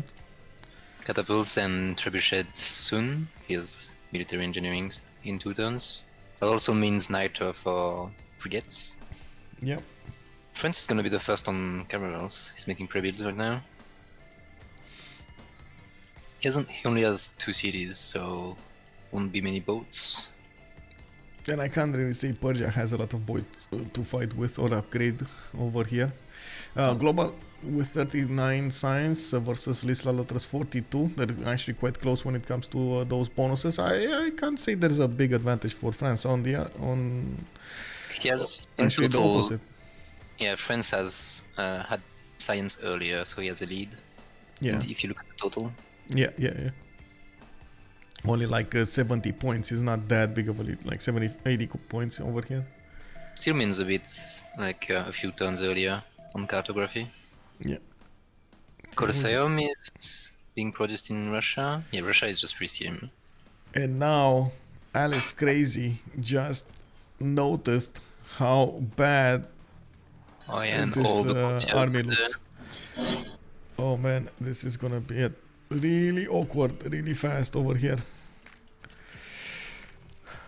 City of Leeds actually is gonna get pushed from 2 sides. AlexCrazy did try to chop another one of these archers out and starts shooting the coursers. Of course, the coursers having a lot of strength and in the woods are gonna soak up the damage. We do have Talasta actually with a bit of a surprise here. He put his general on the west side. I don't know why he did it. Instead of putting all of the damage on the Corsair, he moved it on the west side, right in the face of the other horses, taking out Vilnius. Honestly, I would have thought Hannibal Barca will actually sit with the main army, and the extra +5 on the Corsairs would have made a much easier time for everything here. We do have Ancient Walls coming up in 5, which does, of course, mean... doesn't bode well for Leeds. Yeah, that's a bit too late. Crouching Tigers are upgraded. What about Golden? How many turns? Thinking, yeah. 10 turns, yeah. So.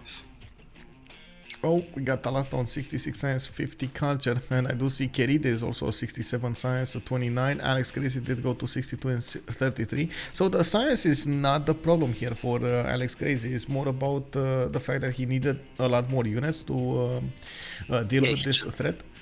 He just hit civil, so they have research alliance now. So their science spiked.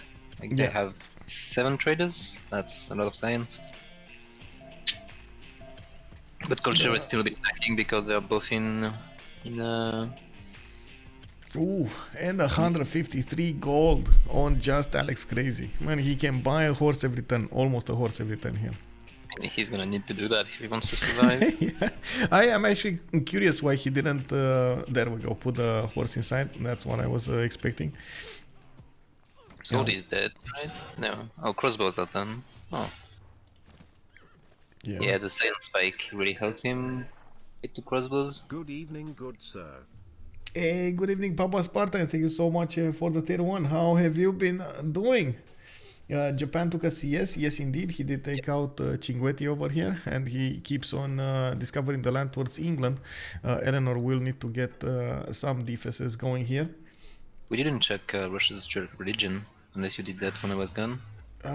Feed the world with lay ministry and pagodas. He finished up with pagoda. Well, finished up. He got Stonehenge and improved pagodas.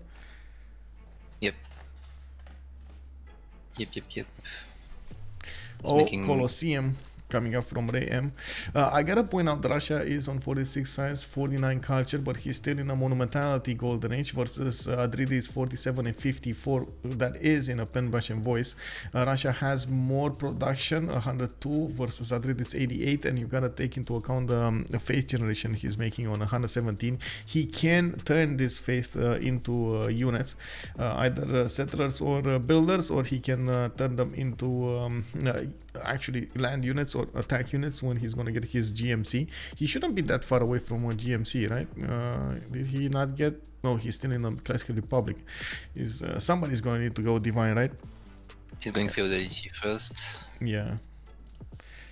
He's very well set up. Like, lots of wonders. He got all the good wonders, basically. Colosseum, Oracle, Temenenki, Artemis. Yep. He's gonna be a monster. Doesn't look like anybody's countering him. Like we got them so worried about the coast that nobody's actually thinking about culture play here. And Russia, of course, is well known for those culture plays. The direct matchup is with Indonesia, and they are very close in stats, and Russia is gonna scale better than Indo. Yeah. Oh, I see extra intel on opponent's movements coming up from English units, and from what I can see, he has a positioning problem with the Great General, since it is not giving all of the points to units next to the city of Leeds. He might actually delay this city takeover long enough that the walls are actually going to come out. I'm actually very surprised that this happened, but I guess Talasta is getting another general. That's why he's doing this. He's getting Shun Tzu going and another one. Wait, what? 3 generals? Is he getting all of them? Oh no, AlexCrazy got one as well. Okay, Burika. So he tried to get all of them, but he failed. Okay. Multiple crouching tigers also moving. The trebuchet will take the walls down immediately after they get built anyway, so I guess he's not that worried. But with the crossbows now, there is significant damage being dealt to these courses, especially since they do not have the Great General bonus on them. Also, Papa Sparta is telling us that he's been busy a bit, not a lot of time for the streams. Oh, watch FA for effort. Yeah, the effort over here for Talasta is amazing. We should actually take a look at the caravel timing from Glowbal. Is he ready for this? He has 2, 4, 6, 7 of these galleys, while Persia is not building more, and he only has maybe possibly 3 or 4. Is he getting this? Liss loutre moving towards construction, divine right. Looks like he's not favoring cartography here. Is he not that worried about France? Is he thinking like, oh, it's fine, you know, like he got it. It's fine. He doesn't have an admiral, so he's not gonna attack me. Because of the corridor at Drenka, he can stall a while, right? Yeah, true. You can put scouts and just swap them. Yeah, that is so true. Yeah, he's gonna need to go there at some point.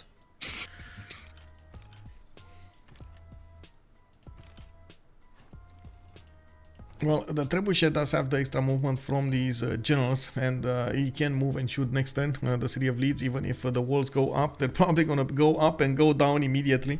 I think you'd still need like at least 2 shots, right, from the.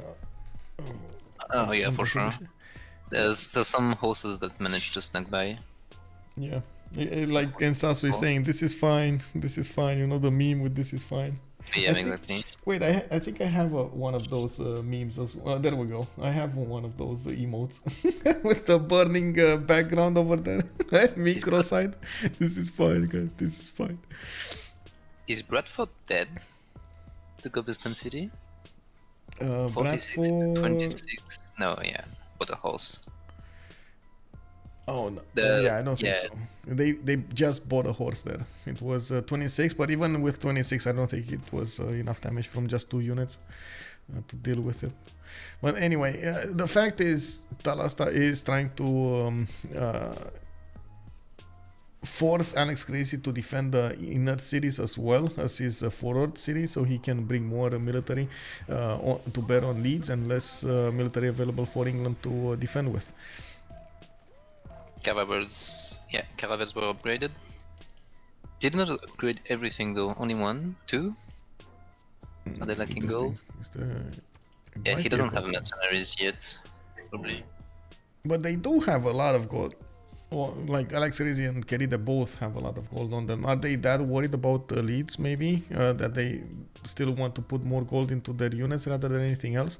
Looks like they did take out that courser next to Bradford, but Alex did need to dispatch a horse from the city of Leeds, and yeah, there we go. Walls go up and walls go down. It's half HP. Persia is being very greedy. Just made 2 settlers while France is gonna throw caravels on him. Can be dangerous, right? Yeah, it could be, but honestly, it looks like it will take some time for France to deploy those caravels against Persia, and even if he goes like you said through one or two tiles, it's gonna be fine. I see Liss loutre is using his land units to get some more extra support damage on those units. When he just upgrades one caravel, it should be fine. Until frigates, at least. Just bought a scout to keep the tile. Yeah. He has free turn, so he can delay a bit, make more rebuilds. He has an admiral, should be fine. Looks like Salt is saying that you should come more often on the stream because you have dolphin stickers and you're a great co-caster. There we go, CivFR now. You got labeled of the with the dolphin stickers. What is that dolphin, by the way? What is that about? It's from a streamer called Dolphin Chemist, so it's pretty self-explanatory. Okay. What is he streaming? Is he French? Is he English? Like, I don't know. He's American, I think, and he streams like roguelikes and games like that. Faster Than Light. Okay. Spire, etc. Interesting. I don't know about him. But look at that Nicole Fire. Oh my god, yeah. There we go, yeah. Fire in the background. And CS-wise, none of the CS are used because some are tied. Anshan is tied, Zanzibar is tied, and Hansa is tied. It's hilarious. They're fighting quite a bit for these. Neck and neck, this is honestly looking for DShark trying to put their mark on Division 2 right now. Valletta is unscouted. Valletta is hidden, yeah. Oh, you can go south. Ah, I didn't realize that you could go south of Japan to go to the big sea of England. Yeah. I thought Eleanor was a joke. Ooh, Eleanor is making lighthouse, the Great Lighthouse, which is a very good wonder on this map because of the large naval distances. Yeah, you get an extra movement point on your naval units with the Great Lighthouse. It's amazing as an upgrade, 3 turns to finish, and I do see multiple builders coming up. This is probably with the feudalism. I don't see a lot of navy here from Keride, and honestly I would love to see at least a few more boats, like 4 or 5 more boats. This feels like it might be a mistake in the long term if it doesn't have a military ready. Like, you don't need to upgrade them, just get them built, because you're much better off having them than not having them. I see only like 3 diplo quarters. So they're not gonna have that much diplo, okay. Seems Talasta got a hut, I assume, maybe 2 even, with 82 points. Oh, Coursers on England. AlexCrazy is getting those units. City might still be dead. I don't know. Well, I don't know. Yeah. I don't know. Alex seems to be pulling this back. That sneak attack of Talasta, it seems like it wasn't enough to debalance AlexCrazy that much. Now the walls went down, the coursers cannot push through, they take way too much damage, and now Talasta is just trying to soak up damage and pray that his coursers are gonna stay alive against the crossbows. Well, Talasta bringing a few more trebuchets here, I should say 1 more trebuchet. Next turn he's gonna get to attack with it, while he didn't manage to bring down the fortification health of Liss to 0. He's now chewing through the garrison strength. Needs to be careful to keep these coursers alive. I'm still a bit, well, I guess no, it's fine. He has the overlapping generals here, okay. So this is a general for these. This one over here is for these. Yeah, everything is boosted. And another one for the movement. This is unbelievable, by the way, how he's setting these up. What's France stacking? A Prince's ship? Yeah, France is in no rush. Hey, look at that. Now you get to use my emotes as well. Thank you so much, Papa Sparta, for gifting us up to CivFR. Thank you. 7 months. 7 of sub. I've never subbed to your channel, Michael, I'm sorry. But I've been gifted 7 times, so that's pretty amazing. Really? Amazing. Yeah. I can only thank so much the community for being so kind. I do have a question about these new divisions, though, because you probably know quite a bit about the French divisions. So who do you think is coming up as the stars over here from like Division 1, Division 2, Division 3? I need to look at which teams are in, right? Yeah. And no religious monger should be in D3 or D4, I think. They should be placing well. They have a lot of old players, right? Let's see. Yeah, religious monger in D4 should easily go up, probably. Oh, and Boomer APMs is 3-0 right now. I don't know much about D3 and D4. I know in D2, I know most of the teams. Okay, what's happening in D2?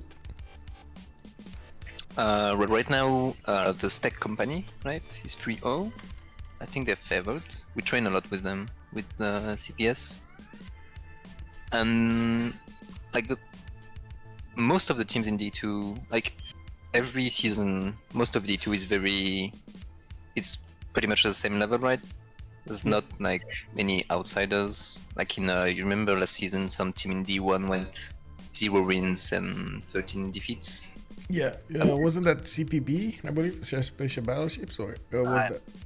I don't think it was CPB, it was Lucanic, I don't remember. And so yeah, in D2 it's much more, I don't know the word, but everything is at the same level basically. Okay, well, to be fair, that's why you made the advancement and relegation, I believe it's called. So teams have the opportunity to go up. They get a little bit of experience if they can manage to trade punches, sure. But if they don't, they just come back and they give the spot to somebody else that's going to get the experience. The fact that they did go into the Division A, I believe it's a good one overall, because that gives them the opportunity to spread also that experience to the other ones in D2. So overall, D2 should get better and better. Really love how the community evolves slowly but surely from one season to the other, and love the logos, man. This is just unbelievable. I gotta give a big shout out to Phileas. He's doing amazing work. If you guys don't have a logo yet, you should contact Phileas and try to get the logo going. Amazing. Yeah, we have so many teams this season. 5 divisions is a lot. Yeah.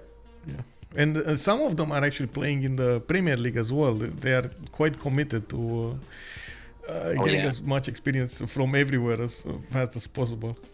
We do have to talk about the ERA score here, and there is... I was looking at that. So let's see. It's in 2 turns right now? Yeah, 2 turns. So Glowbal is 4 points out. Looks like AlexCrazy is over the threshold of 52-51, and he's doing quite well to defend the city of Leeds here, taking out those coursers. Keride also is 9 points out. This might be a big problem over here for him. He did finish, even with finishing the Great Lighthouse, is still so many points out. I don't know what to say about this. At least he's now getting galleys. I like that he's getting galleys. He probably saw Japan is starting to output the military. He needs 9 points. Yeah, 9 points is a lot. Yeah, it's a lot. Adrydry 46-52. He bought a horse for points. For the points. Yeah. Did he settle another continent? No, he can't really. He could. And he doesn't have a settler so fast. He needed to be prepared. Russia has Enchan. Yeah, Russia is just gonna run away with the game. Look at his stats. Yeah, 78-119. Adrydry does have 46-52, right? So he needs 6 more. Raym is well over the necessary points, and with the Colosseum and all of those wonders you said earlier, he's doing amazingly well here. Liss loutre also, let's see, 75 points with 52, and I do see 74 gold a turn for him as well, trying to keep Catherine de Medici at bay, not bad. 44 out of 52 points. Doesn't seem like he's actually gonna get his golden age, but I do like what he's doing though. He made his navy in the north, and now he's gonna go for frigate timing with some caravel support there. This is gonna be quite dangerous for France. Yeah, I didn't realize that the Persian capital is producing from the north, so Yeah. it's even safer. I don't. Does France even? Yeah, France hasn't scouted the north. He doesn't know that there are cities up there that can come. And there's a oh my god, that's okay. That little piece of information might give Liss a significant edge here. Oh yeah, big hedge. Yeah. Talasta is 10 points over. He's gonna get his golden age, and he keeps on pressuring over here England as much as possible. This is also forcing them to use a lot of gold, which is still good. While Talasta is getting 111 science with 61 culture. Oh my god. Oh my god, that's a lot of science. I guess AlexCrazy is gonna have a big challenge on his hands in the next part of the game. Erwan does have 83 science with 64 culture, does have also 151 gold per turn, and is 3 points over the necessary threshold to get golden age. He's building a military or navy now, has his own caravels, but I guess he kind of preemptively upgraded these. Doesn't look like he has a lot of them. Okay, I don't think this is an attacking force. This is more like okay, I defend and get some scouts in the middle of the water, and I just focus on my gold, because I don't see enough of them to take out cities from Eleanor. Yeah, he just wants to take the positions to have vision in the sea. Yep. He's better setup, right? Yeah. His stats are a bit worse. What about prod? In yield, he's a bit better. 93 versus 95. Well, to be fair, he's setting up Venetian arsenal.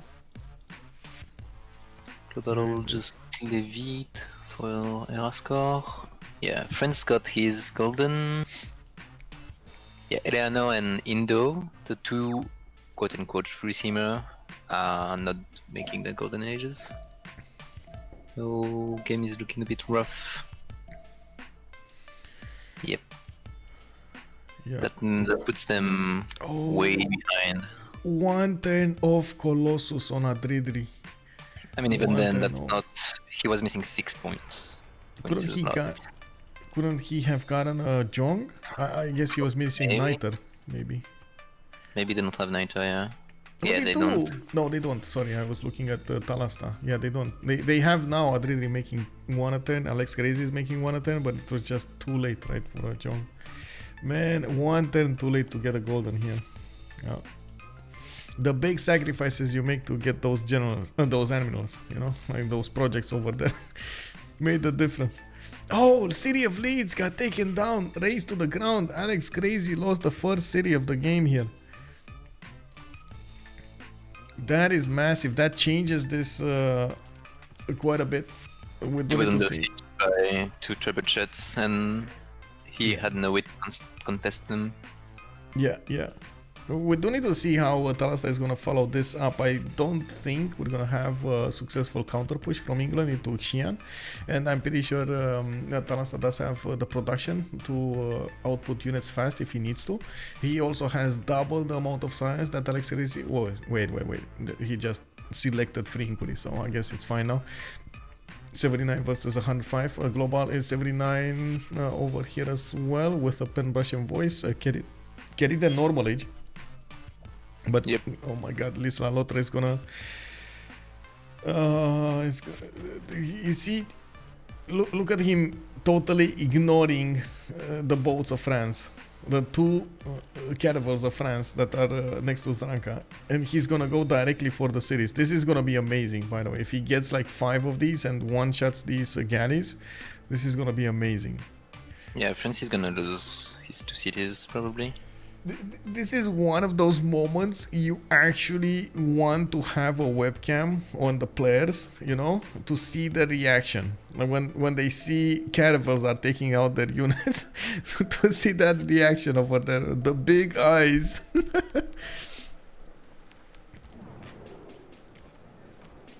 We did with these things. You? No, you. Oh, me? Okay, I me. go B. I go B, you go A. So you, digital democracy, you. Digital democracy and me. Yep.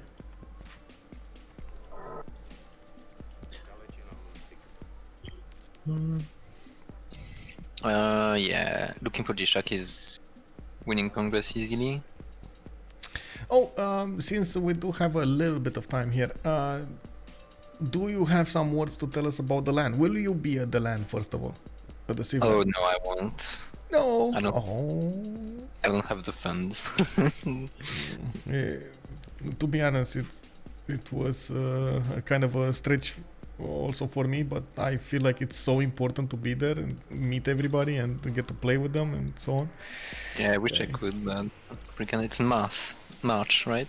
Yeah, it's March.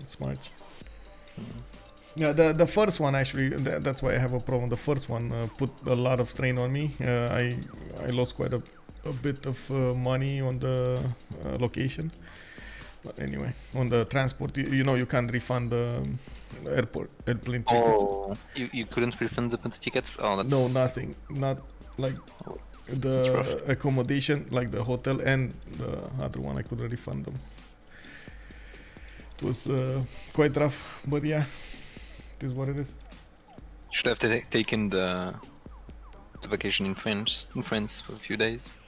I was thinking that, but it's such a weird timing because it's exactly on the finals of the CWC, and if I was there, it would have been amazing, right? I would have actually gotten to stream from the booth and with the guys and comment with the other players, and even like maybe take interviews live, which would have been nice if Freritos de la Vega or SAS team were one of the content. That's how I was thinking about it, you know. But then when this happened, like I can't even. I want to give it away to a friend of mine or something, or at least somebody might wanna go there, you know. Anyway, it is what it is. It's one of those challenges of trying to get an international setup going. Why do I hear so many upgrades? Oh, England is upgrading. England. Which England? Which one? The pink Eleanor? one. Oh, Yeah. I see. Eleanor. But okay, so he's quite worried about Japan. He did see those caravels there. Okay. 17 science, 58. Japan is jumping to 110 and 36. He just switched to a free inquiry golden age here. And we got Talasta also pen brush and voice 107.61. Liss loutre free inquiry 95.35 on Persia. So now he's doing more science than Glowbal. He still has a bit. No, he doesn't actually. He overtook Glowbal in the science screen. Biggest difference was Glowbal stopped settling. Yeah, he could have settled a few more cities and he stopped settling. Oh well, it happens. We do have, let's see, Eleanor, normal age, free inquiry golden age on AlexCrazy, Glowbal over here, golden age, Adrydry, monumentality, normal. That's gonna hurt them though, with two in a normal age. At least they have the gold. Significant gold lead on Ornithorynques Roses. Peter with 95 science and 137 culture, right next to Adrydry's 88 and 40, might try to do a Cossack timing push against Indonesia with almost 200 production and 176 faith attempt. That seems like it's gonna be amazing here. Oh god, look at his yields. 200. Yeah, that is quite good. And he's getting more cities on the west side. Yeah, it's good. 3 more settlers actually. Yeah. What's happening over here? We do see France did actually upgrade most of his boats. He probably did notice the military strength of Liss loutre was just getting up and he didn't see the boats. He started to be worried about what's going on and unplugged the choke at Zanka, which might actually come back to haunt him if this doesn't change. Persia does have caravels in the north 246. I'm pretty sure he's waiting for frigates if he wants to push against France next up. Oh, Talasta Knights. Okay, Knights. Abu. We're coming up with more Knights. These Knights, well, I guess they're fast, and they do significant damage. But I think Cuirassiers are actually his go-to choice. Newton is here. Russia is making projects. Okay. I think he's the only one that can. Oh my god. it. If he gets Newton, this is gonna be so crazy here. Does he have a lot of campuses? I don't think he has a lot of campuses. I see one, Yes, maybe two. three, No, three. frigates are here. Yeah. We did one frigate. They do more. He can get 3 more. Wait, what's his raclette? Raclette time. It's a type of cheese, I guess.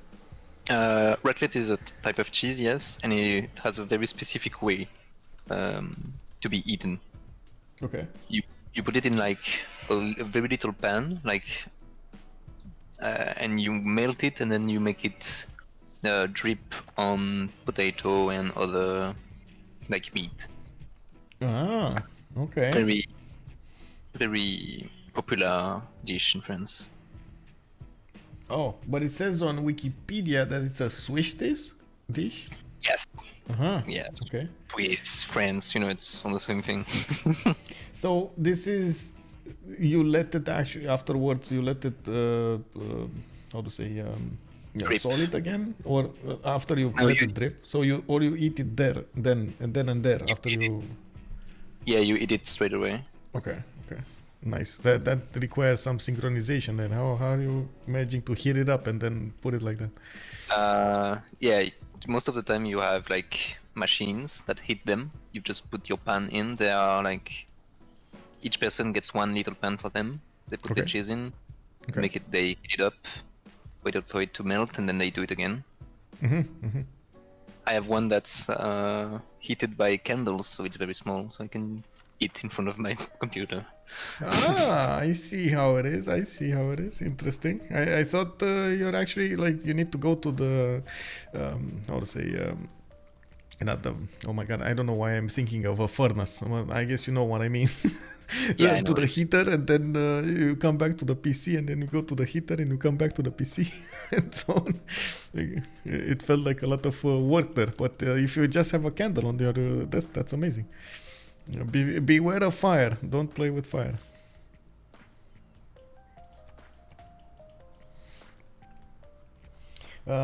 Salty Capybara, by the way, is in France right now. Is in that city between France and Germany. Which one? I totally forgot what's its name. There's a city right at the border, a very famous city. And she's learning a lot of French cuisine in the meantime. That's good. She also likes to do a lot of cookies, by the way. She has a lot of brothers, and I believe she's doing so many cookies for... Strasbourg is the city, by the way. Strasbourg. Oh, Strasbourg. Yeah. There we go. Talking about France, like the Black Queen is making a lot of horses. Looks like she wants to make courtiers and go bother Russia. Oh, this is not gonna go well. Cancels coming up next turn from Ray. We do have markets coming up from him, campus research project, so he can get a chance to get Newton. I think. Oh, Japan is already going. No, his chapel, his GMC is already done. So. Oh, chapel. Okay, I understood Japan. Okay, so okay, yeah, that's good. So he doesn't need to just hard build them. He can buy them with faith if needed. 191 faith a turn, has 241 in the bank. Okay, that's good. I do have to say, across the board here, it does seem like looking for DShark are having better stats at the moment. We're going to need to see how Ornithorynques is going to catch up. They do have the gold advantage overall, so we'll see. Liss loutre is going to start pushing France. The issue is that they are using the gold to fight and not to sim, right? Yeah, they're so upgrading. When you make that much gold, you need to buy builders, you need to buy like cheap buildings, like libraries and stuff like that. And right now they don't have the city count. Well, there is a strategy trying to upgrade those units, put the gold into the army, and trying to stop your opponent from doing his own sim, forcing him to use more economy, maybe getting some pillages and so on. That could be a strategy, but it doesn't look like it's paying off right now for them. It seems like actually the contrary. We got Persia. Just look at the encirclement that Liss loutre is doing on Glowbal, and he's just gonna put those caravels in front, and gonna keep on shooting with the frigates until these French units are gonna die. Yeah, France is in a very rough spot. I don't see how they can defend the cities. This Admirals are is gonna be unlocked soon. Not next turn, the next one. this is unbelievable, by the way, how Persia got the drop on France. Yep. I love both fights. They're enjoyable to watch. Yep. Talking about both fights, let's see. Yeah, one way for Ornithorynques to catch up is if Keride wins the matchup with Japan, but it seems a bit hard because it's Japan, right? +5. Yeah. Hey, look at this. Andy was telling us that fondue Savoyard was a lot of cheese in common for all the eaters, but for raclette, cheese portions are individuals. There is no sharing. What? Right. There's no sharing the raclette? Yeah, you like raclette is a big cheese, but you make little slices for everyone, right? And everyone gets several slices from them. Like I ate like 8 slices, I think. Okay. But fondue, you have like a big pot, and you all dip your bread and other things inside of it. So many cheeses. So many cheeses. Yeah, it's from the Man, Alps. the French like to cheese everything, you know. That's why. Oh, I yeah. see. I mean, if it's from the Alps, it has cheese. Okay, I see. And it's dishes that you almost always eat in winter. Fondue raclette. There's also something called tartiflette, which is again a cheese dish, but yeah. Okay. Venetian is being produced in Kyoto. No chops I though. saw 13 turns. He does have that +4 industrial zone, so that's gonna give him a lot of production. I'm actually curious. Can they buy a shipyard or something? That might be good here. Yeah. 6 production shipyard. Expensive though, but honestly, I don't think. Well, I don't think they have the gold. They are making around the 330 gold, the 340 actually. The biggest problem is they don't have that much in the bank here. Oh wait, they're not making 300. I was looking at the score. They're making 210 or something, 220. I do also notice Raym, even if he's gonna get bothered a little bit by France, he should be well up to the challenge, and I don't see an army being built from Indonesia to try to help out the attacking force of France. While Raym might lose a few pillages, he's gonna come back with a good force to reckon with, and I'm pretty sure he was looking at some form of a Cossack timing anyway. No, I wouldn't really say he's gonna be that bothered from being forced to build up an army. He did try to make a little bit of an economy with some commercials here and there, getting some extra trade routes. He could set up those trade routes with Japan on the coast. That's exactly where his next settlers are going, and he's gonna send those away. Starting to make a little bit more tourism here. We do have 91 tourism attend for Raym, while Hojo is on 12, and we don't see that big of a defender from the other side. Catherine de Medici is being pushed in the north. She's probably going to lose these 2 cities, Marseille and Toulouse, while Adrydry did go for a normal age, which doesn't give him a lot of culture to work with. We do have some theater squares being put down though. Yep. Russia sees the horses with a spy, and yes, Indonesia got Newton. Big giveaway, and Indonesia getting Newton is good for him. We'll see how at least it's a good deny from Russia. Nice. But these boats of France are just melting here. Yeah. He's building a lot per turn. He has no admirals and no frigates, so it's a bit doomed. Yeah. Raym is going on gunpowder. He's not going Cossacks. Cossack.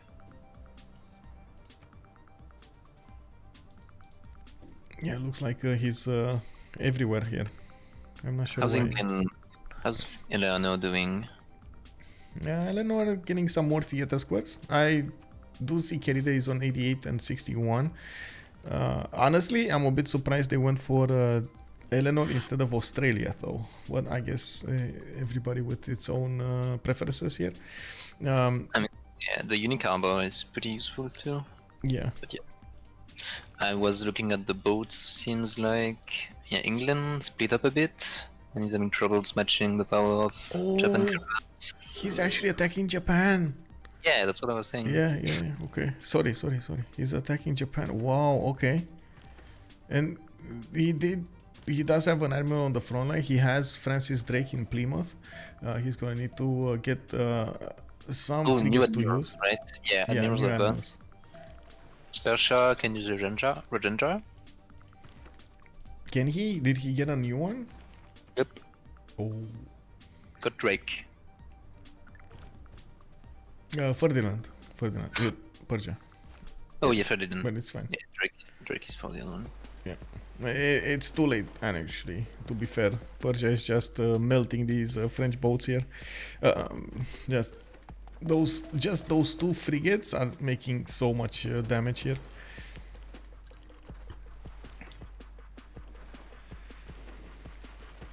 We do have trebuchets coming up from Toulouse, Marseille. He's getting the walls up. He's going to try to defend in that city center. But these do come a little bit too late now. I'm pretty sure the frigates will start to melt down the walls. And afterwards, the city's defense there. We do have the Corsair upgrades in Nantes. Yep. Wait, Russia is just going to make a line of pikemen, look. Yeah. Do you pronounce Nantes with the S or without the S? Or is it Nantes? Nantes. Oh, Nantes. Okay, Nantes. Okay, got it. What's happening between China and England? Looks like England did move across that river and did manage to push China a little bit behind his borders here. We do have Xi'an getting that encampment finally, and quite a few knights have been built. I don't see at the moment Talasta going for cuirassiers though. I don't see if he has the upgrade or not. Oh, he does. He does have cuirassier. He just needs the upgrade.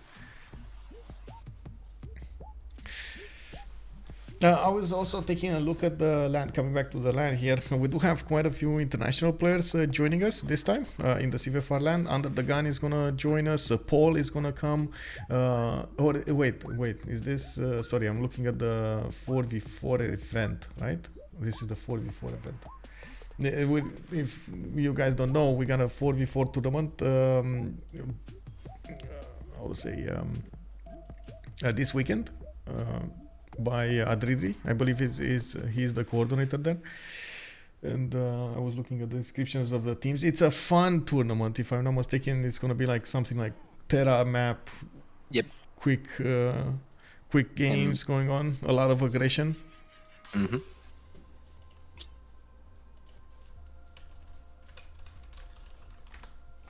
Oh, thank you so much, Andreo, for the cheese. Oh, I see. Oh, can I don't think I can put these on the... Russia is just gonna make pikes, doesn't even need Cossacks. He's going top 3 right now, I'm gonna go for industrialization. Everything is boosted, so...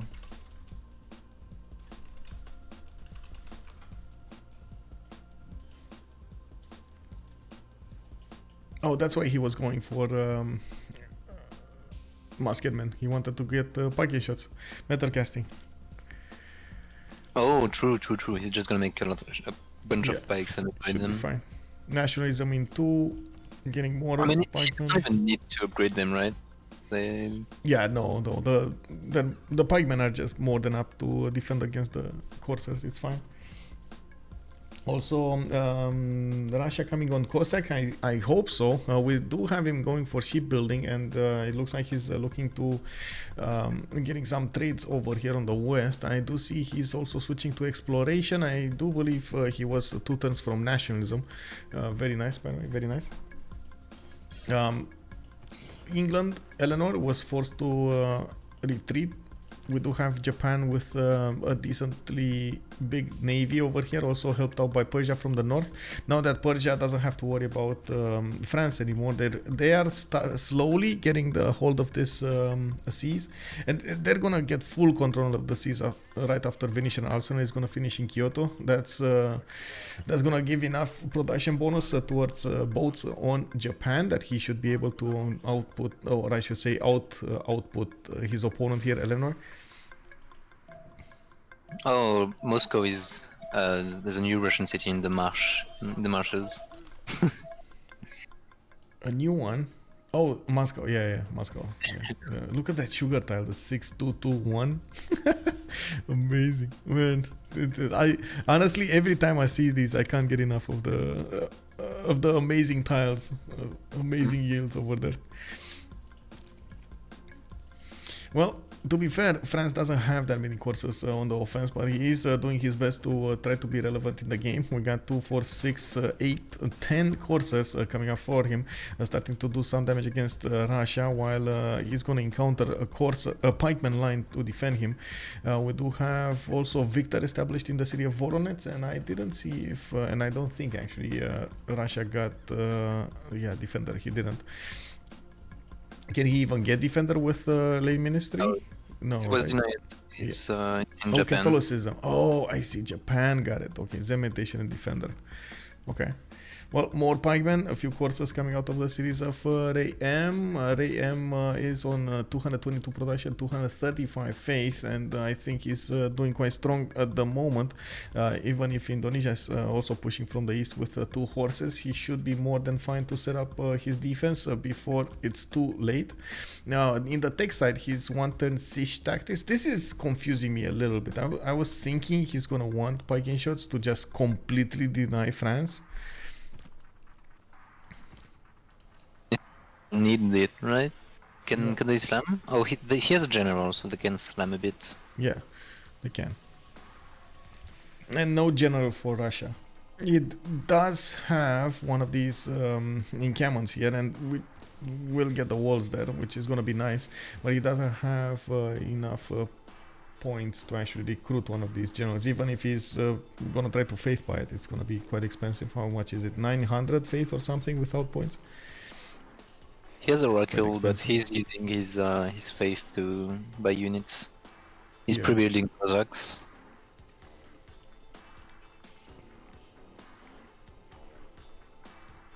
Damn, he has some very strong cities.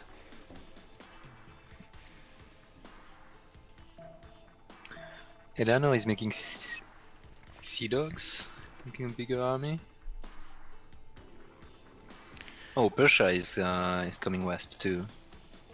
Yeah. There's some blue boats coming over to England. And it looks like Toulouse is gonna go down this turn. We got the frigates able to attack. The city is under siege. It's not healing. It's very there we go. It just got taken down and deleted. Glowbal just lost Glowbal. That's just lost his northern city. Marseille is up next. This I guess this stirs up some feelings in you. I'm sorry. Marseille, no. Yeah. It was even roleplay. Marseille is a coastal city. Yeah, exactly. And unfortunately, it's going down. No, the chateaus, everything, the campus. No. It happens. So, how do you think the Ornithorynques can come back in the game? Ooh, that is a hard question, very hard question. I was thinking Adrydry is gonna be their chance. Also, AlexCrazy does look like he is making more science and well, not that big of a difference in the culture between him and Talasta.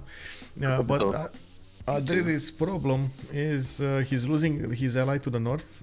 It's gonna be 3 cities France, which is gonna go Irel territory soon, and then Russia is just way too strong. So Adrydry is in a position that he needs to defend the culture victory and defend the land against Russia. It's just a bit too much for him. On the other side, AlexCrazy is going to get pushed here, and China looks like again he's getting the upper hand against England with so many of these courses, cuirassiers coming up much sooner than AlexCrazy can put up a defense. Wait, is he going military?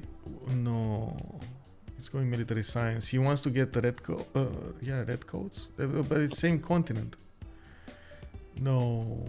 I mean, he has the oligarchy card, right? So they're pretty strong. What's the base strength for red coat anyway? It's a line infantry replacement, I believe. Right. So. Yep. Tunique Rouge. 70. Red coat. Yep, 70. Compared to a cuirassier, which is 64. With the card, it's 74, so it's pretty good, right? 10 plus compared to them. Yeah, if you get enough of them, and I guess Yeah, he's trying. you get outmaneuvered. Also, there's no general yet. We're still on Renaissance era. Bombards are starting to shoot. Yeah, Best and town in the game. they're dealing so much damage against these crossbows that definitely taking them out. When I'm by looking at these cuirassiers, as you can see over here, Talasta's cuirassiers can go through the crossbow line, and since AlexCrazy chose to go military science, these crossbows are not gonna get the field cannon upgrade. The field cannons should have been able to counter attack here, but it might be too late. Here, by the way. If you look at the total between AlexCrazy and Talasta there, it's a bit man. Yeah. Oh man. Yeah. 33-21 versus 26-47. Ooh. England might lose a city. No, he won't lose a city. There's only one time. Eleanor to Persian boat. And it's unbelievable. Newcomers on the block over here doing amazing. Talasta is not that new though. How come Talasta? Like this is a new team, and I guess they just said, okay, we're gonna start up from I mean, the low. Talasta was in Summers Rangers, right? Yeah. That's what I'm remembering. Like he's a top tier player over there, right? Yeah, but Summers disbanded, right? Okay, what's the history with Sumer Rangers? I don't know about them. I know Sumer version 0.9 is up there, but... Well, the original Sumer Rangers were in D1 last season. They were in D1 for 2 or 3 seasons, I think. Okay. They were like middle of the pack, with Alexi Cramp and Floppy, etc. Yeah. Ooh. Yeah. Trying to snipe a city, but the England Navy is gonna... Yeah, he's gonna put a stop to that. Keride over here going for industrialization, 104 science, 76 culture. See in Bristol, producing a shipyard in 9 turns, that needs to be bought. You have like 2k gold in the bank, you should not be producing 9 turns shipyard in Bristol in England. Well, he's trying to get that production, yeah. I see how it is. But now Persia actually poked the hornet's nest on England. And England at the moment is going to have a big problem. Keride will need to face Japan's ironclad soon, which are going to be pumping out of his cities like crazy over here. Venetian Arsenal finishing up in 3 turns from Kyoto. And I don't think there's anybody able to defend this. No. This is starting to get into that territory of you cannot come back from. The point of Venetian no is, return. Yeah, there's a Venetian in Indonesia, but yeah, he has like 1 chop, 2 chop, no magnus, so there's no way that's contested. Yeah, looks like the push on Russia is getting defended relatively easily here. Even if there are some march tiles, and we do have Cossack cores coming up, what I should say, Corsair cores that will turn into Cossack cores soon. Next time, military alliance, military science with mercantilism coming up in 1. He does have quite a few courses that he could keep on upgrading. I was wondering when Russia was projecting for merchant, but there's Marco Polo, does 1070. Casual 1070 Marco Polo in merchants. Yeah. That's kind of a late one, though. They didn't do that many merchant points. Well, everybody focused on the admirals, so that feels natural. We do see Adrydry is trying to catch up in the stats, so the biggest problem would be China to the east side, and then to the west side he's gonna have to deal with Peter somehow. Stuck between a rock and a hard place here, not gonna be nice for him. I'm pretty sure he's kind of lucky. China is focusing on AlexCrazy, and he's doing very well, by the way. Talasta here focusing on AlexCrazy is denying Alex the opportunity to do something on the seas to help out Keride. Yep. I mean, if England was able to go on the sea and actually seemed, it would have been a much different game. Yeah. Well, The fact that Indo can't really impact the actual naval war is rough. yeah. Because you lose a lot of value on the pick. Like you pick Indo for the junk timing, and she couldn't junk anyone. Man, I gotta say, I was so surprised, and I still am of the opinion that they should have kept the first map. I don't think any of them should have remapped that one. Totally different game on that one. Why they remapped? Yeah, that's a big question for them. Yeah, also a comment here in the chat for some time now. Greeneries before Monuments is saying, sounds like it was made by a dad who was tired of sharing food. About raclette, yeah, I guess. I don't know, man. Usually you do share food, right? It is what it is.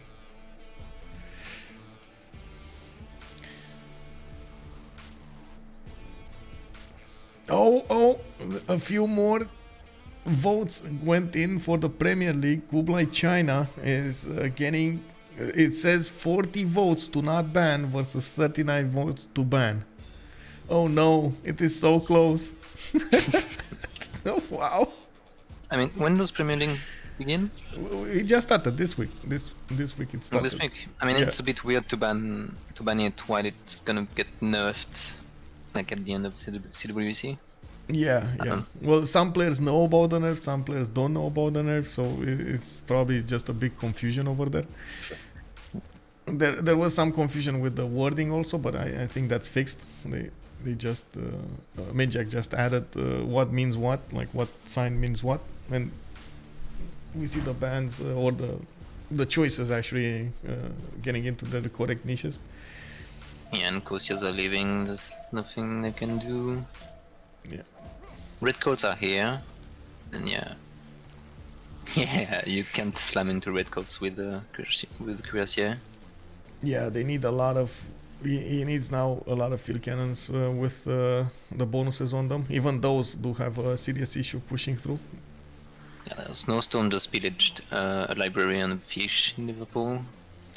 Oh, next turn Venetian Arsenal, and I did notice the damage on the Cossacks. Now the French army is running away. Like, wow, they're just. That's never a good sign. Get out, boys! No. Can you imagine?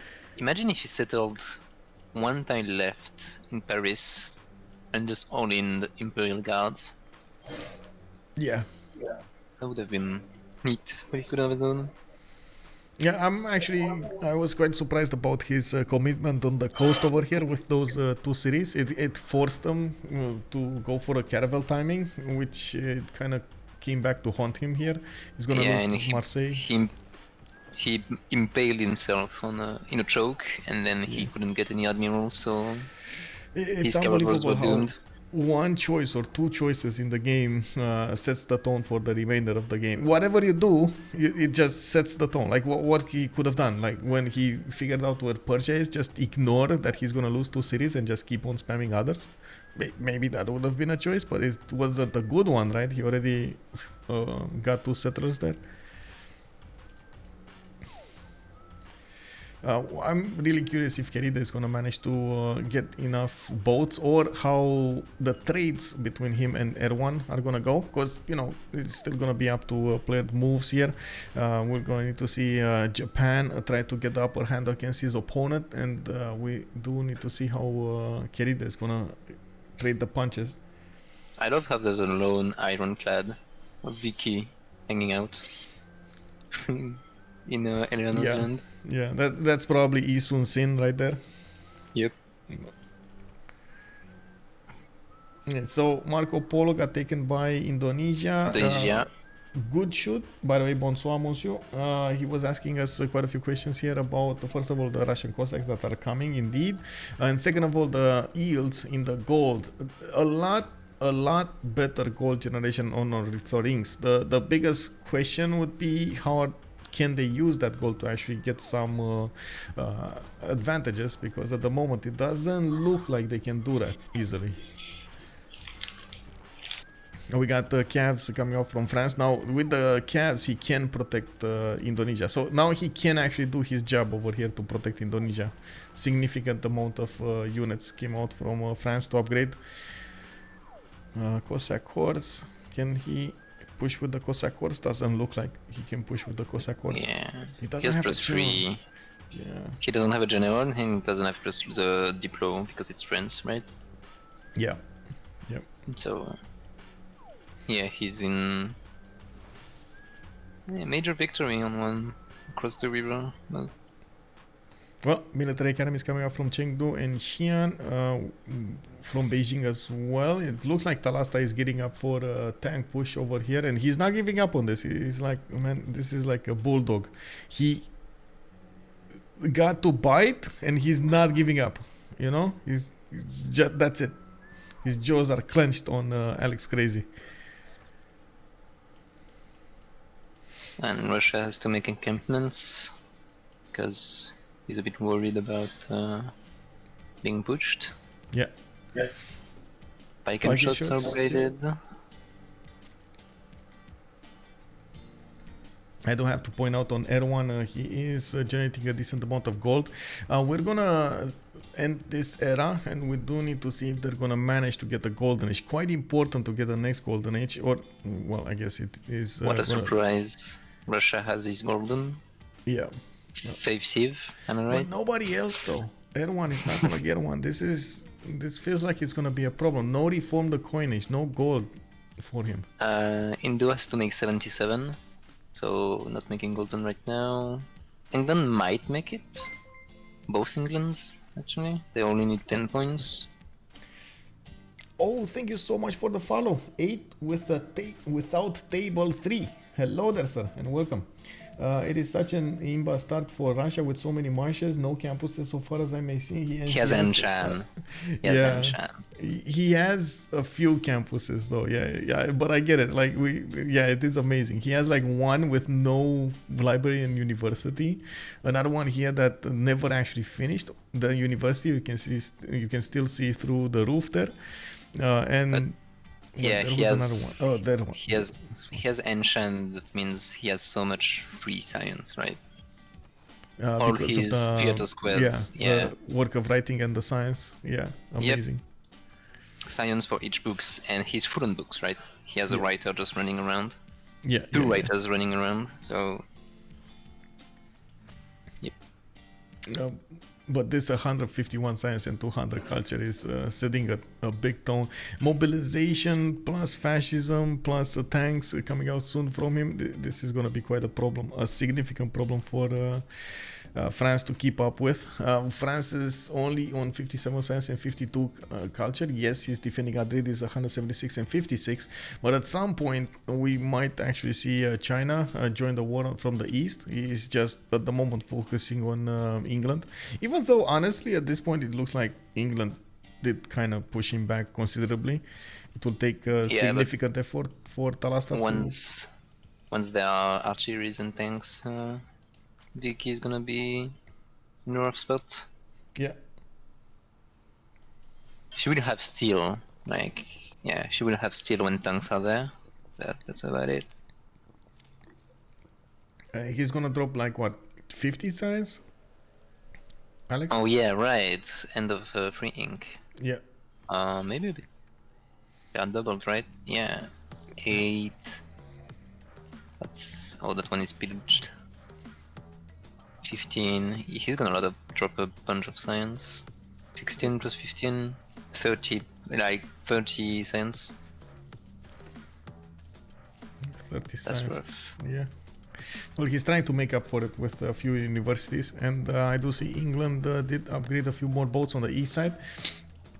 Eleanor, he's going for industrialization. He wants to get to ironclads. I don't see ironclads yet from Japan, since he did finish his Venetian arsenal, and now he is probably not that worried about his production anymore. He's on 230 production versus Keride's 180, and that is without taking into account the bonuses from Venetian. I believe actually I've seen this multiple times, and maybe correct me if I'm wrong, chat, and of course you, CC Pyro. How many times did we see Venetian arsenal built, and either it never got properly used, or the player that built it was feeling so much safer that he has those boats that he never actually put that he could build those boats, but he never actually put the production to build those boats, and then Pikachu faced when too strong of an army came against him. I mean, the issue is with Nishan is that, like, you have to be in the late game to use it, right? And in the late game in naval warfare, it's all about stats. You want high science to be able to have destroyers, because destroyers are OP. Yeah. So Venetian has a bit less impact. Also, there's a 100% card for producing boats. So Venetian has a bit less value. It's nerfed too, but last time I had a Venetian against me, you were casting the game too. I was playing Eleanor on Tilted. Yeah, I won against a guy that had the Venetian. I know, right? Like this, I've seen so many games like that. It's, I don't know, for some reason I feel like it's cursed. But anyway, on the other side, I've seen players use it on their proper as their proper bonuses. Like for example, right now, if Japan wants to do something, he can just with Venetian, he just start to get those submarines in the water as soon as possible, and he uses the boats that he built to take out his opponent. But he needs to be fast on this. If he just wants to go for the sim alongside these, it just loses the timing and the advantages of Venetian. Yep. And even then, because like the timings in naval warfare are a bit weird, right? It's submarine. Yeah. Like you do caravels, ironclads, which is like 10, 12 turns later. You need to do submarines, which can be a bit faster than ironclads, but you also get 2 production cards to produce corsairs, right? Not corsairs, privateers. Privateers, yeah. If you are in Dark Age, you get the 100% production Dark Age card, so that also helps rebuilding. So Venetian has a bit less value. So it's basically useful. You're saying, just to put it into perspective, you're saying it would be faster than 1 turn, which you cannot do, so it's a little bit inefficient to go there. Kinda, yeah. Okay. It's useful once you get your... Oh, I don't know what the building is called. The tier 3 building in harbors. Seaport. The seaport. Seaports. Yeah, the seaports. Once you can produce armadas and fleets directly, then it gets a lot of value. Wait, you should get them with shipyards, right? You should get. No, that's only Spain. Spain can produce them with shipyards. I know my boat stuff. Okay. That's a Spain bonus. Yeah, I know, but I was thinking like, okay, I see. So the seaport is locking the fleets and armadas behind them. Okay. Like military school, right? In encampments. Yeah. Well, we do have Japan starting to move with his ironclads, and he is gonna have so much damage against the English boats. I fear it might be impossible to attack into the ironclad fleets. He doesn't have a lot of fleets though, and he's gonna need to get more out of his cities. Getting one turning ironclads from Tokyo. I see Kyoto is just finishing up his shipyard. Privateers, frigates coming up from Nagoya, and in the north he did settle Takamatsu on that sugar island of getting a harbor out. Yep. Marseille did get taken down, by the way, and now Persia is repositioning all of his fleet to the west side. What do you want to say? Oh yeah, Keride, Eleanor is very far from ironclads. He's taking astronomy, and then he has a scientific theory, and then finally ironclads. It's like in what, 6 turns probably, 6-7 turns. The damage will already by then. I do see he tried to go for gold. He's actually trying to get the golden age, 79 out of 80 points. He might try to get the last one as well. Adrydry can't make it, 69 out of 77. AlexCrazy cannot make it. Get on the other side, Raym is going for it. Erwan is... Keride can levy and get his golden. Okay, that's good. That's good. That's gold though. I don't know. Is it? Well, I guess he's gonna get it back with from the coinage. I do see now AlexCrazy did manage to push back considerably Talasta, and we do need to see a few more upgrades coming up from Alex. He's going bottom 3 again. He's going for refining. He's gonna need to get his field cannons upgrades on the crossbows. He already has the button. It's just a matter of getting them. And I do have to point out Russia got a lot of Cossacks. He repositioned behind. He doesn't want to attack now. Yeah, he just wants to defend. He doesn't. He's like no rush. He has kind of similar science. Stuff is boosted, so he's not worried about getting tank pushed. He will get it at the same time. So he's just greeting, right? He has a line of Cossacks and pike and shots, and nothing can push those. Yeah, and enough land already developed with the multiple theater squares and a lot of tourism coming out. So it's basically on his opponents to push him, not on him to push out. Yep. I'm surprised he hasn't done the Statue of Liberty yet. I do have to point out, have you seen 10 out of 39? Yeah, he didn't do Mahabodhi either. Huh. Yeah, this is not probably gonna go to a Diplo victory. But have you seen 10 out of 39 for AM already in the tourist? Culture? Yeah, so. And he's on 133. He's gonna get a lot more. He just needs the first musician here, honestly. And he's gonna push so fast. Oh, he got it. Wait, he got it. He just got it. Yatsuhashi Kingyo. Getting more writers. Mausoleum at Halikarnason in Olonets. And now we're gonna start to see the trades. England versus Japan and Persia. Persia is also coming into the mix. A little bit late with his boats, but he's still coming into the mix. Japan can put the card and produce submarines. So. Oh, we do have already 2 subs on the way. Yep, he teched them. Yeah. Oh, he even upgraded. Yeah, with the card and the Venetian, that means you can easily produce submarines in like 3-4 turns. Submarines are very strong. 75 base. Yeah, did he put the card in? Because it does look like no. He's like 3 turning. Oh, he's in normal age. He doesn't have the dark age. Oh. No. Oh, that's a bummer. That actually hurts. I think it's probably because he teched submarines. Yeah, that's a bummer. Yeah, the card is very strong in this position, but he doesn't need it, I think.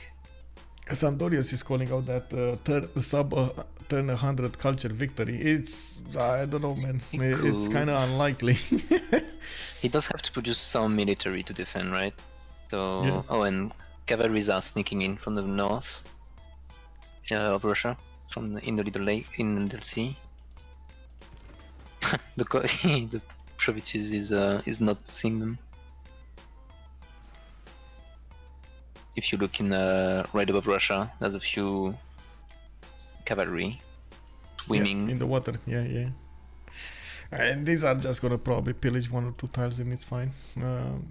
When Olonets is gonna get the Cossack, it's gonna be fine. Glowbal just trying to be as impactful as possible with whatever. Russia is in reform of the coinage and is making 4 GPT with like 7 trade routes.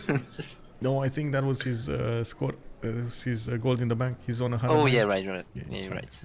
Wrong term. Recon. Oh my God! +5, -5. Okay. Kick. Roboting B. Kick. Nuclear. Yeah, and the U. So Recon, nuclear, U.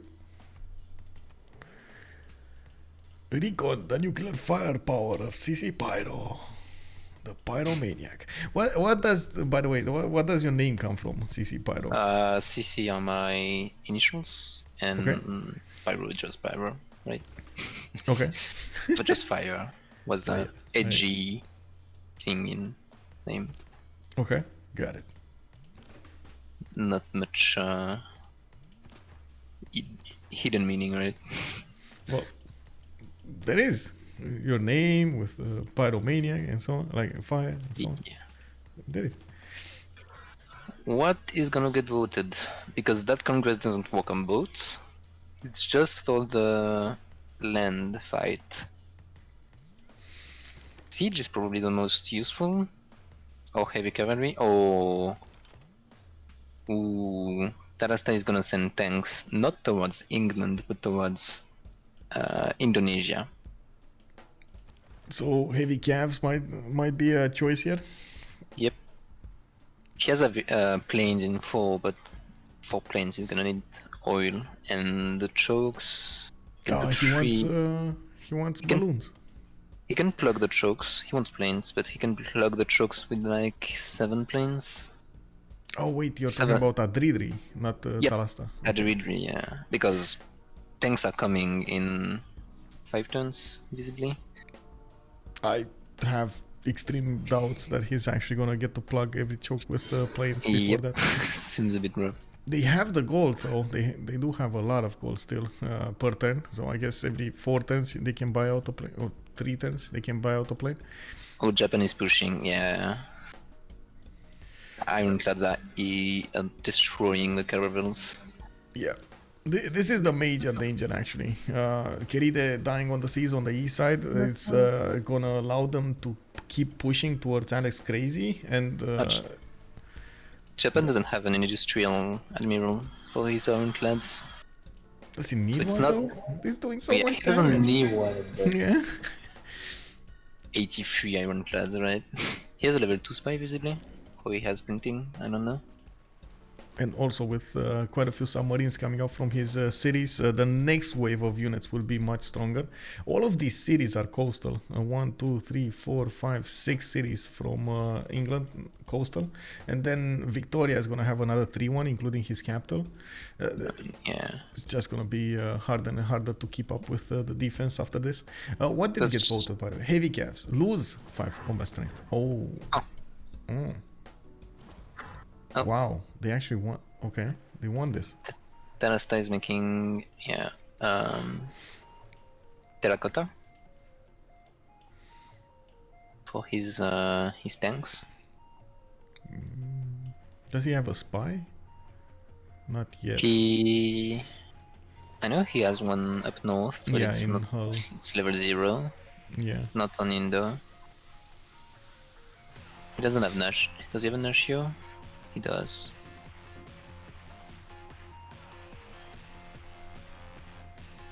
I do have to point out in the prediction screen we had 117,000 points put on on looking for DShark with 77% of the votes.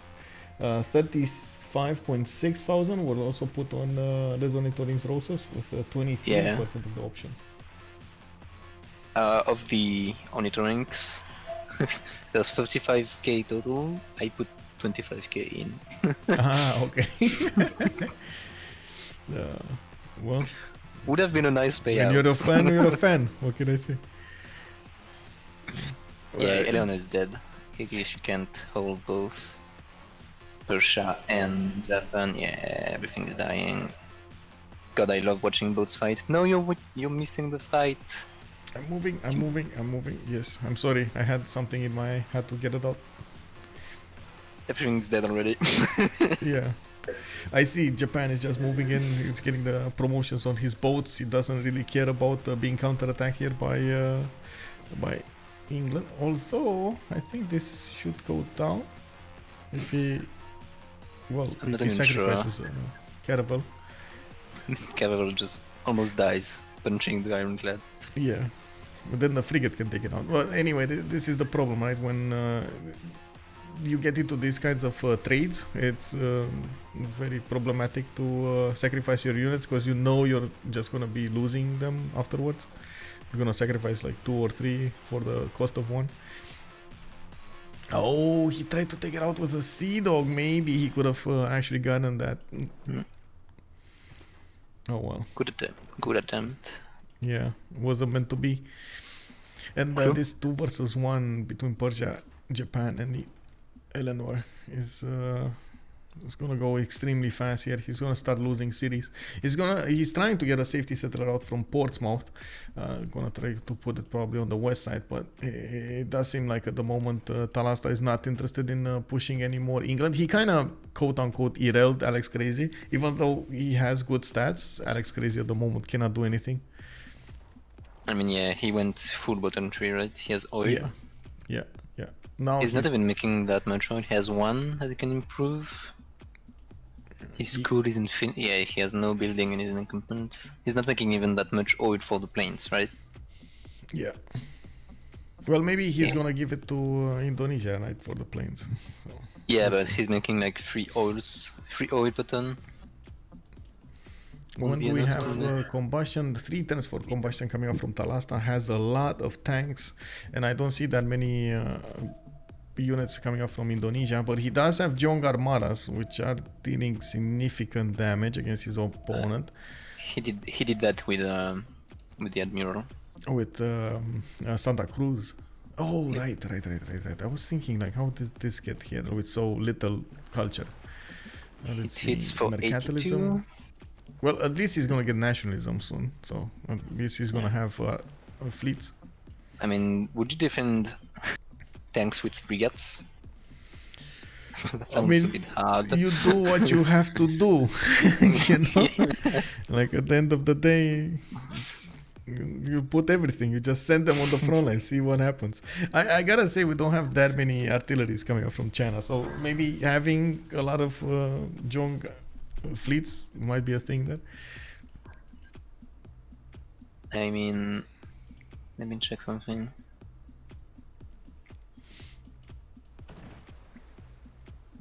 Syria Plymouth slowly taken down, more frigates showing up there. Yeah, Eleanor can plug the choke up north, but that's about it. She will lose those 2 cities, nothing she can do. He's gonna lose the choke as well. Once those submarines get there. They can also punch the city from the right? Yeah. So...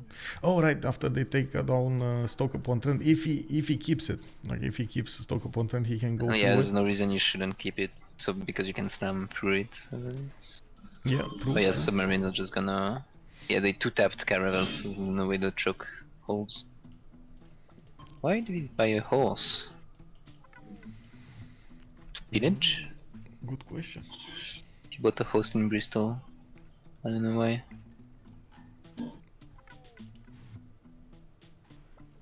Oh, my body is done. They are well set for deploy in Russia. In Russia? They have 10 points. Oh, he can do so statue. Fast. Yeah, he chopped. I think the city has like 50 prod, right? 40.